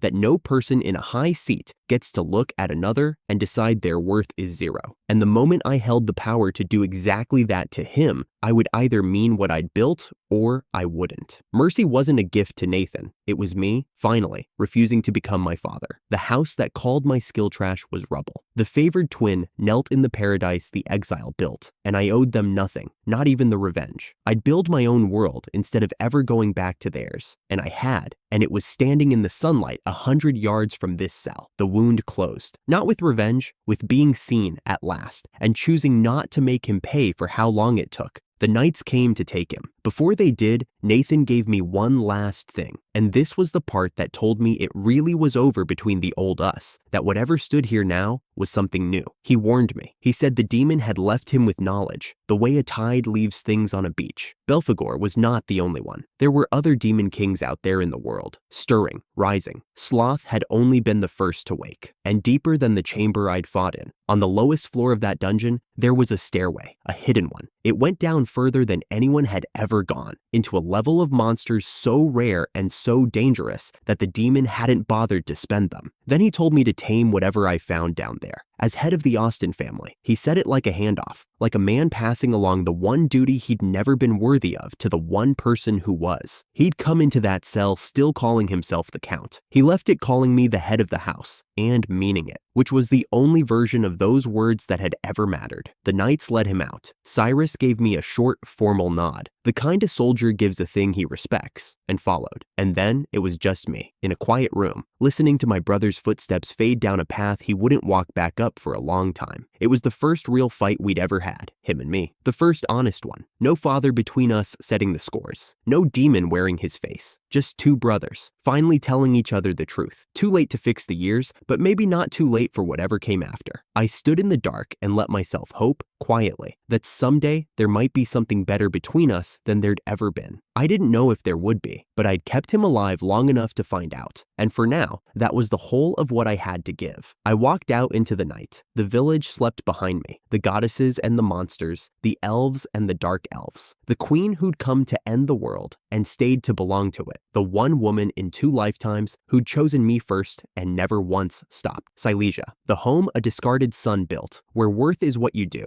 and nobody gets to set the number for you. It was secure. The siege was broken. The demon was sealed. The debt was paid in full, on my own ground, with my own hands, in the one way I could live with. I had everything I'd set out for that morning at the gate, the day I laid down 1,000,000 gold-like flowers on my own grave. The paradise, the freedom, the family that had thrown me away, reduced to a memory and a kneeling, repentant brother in a cell. And far below the sleeping village, under all that warm light, in the dark at the bottom of a dungeon, there was was a stairway going down, other demon kings, a door I hadn't opened yet. I stood there a long moment, looking out toward the place where the earth dropped away into the deep, feeling the old familiar thing stir under my ribs, the one that had never once led me anywhere safe. Then I turned back toward the lights of home and let it wait for now.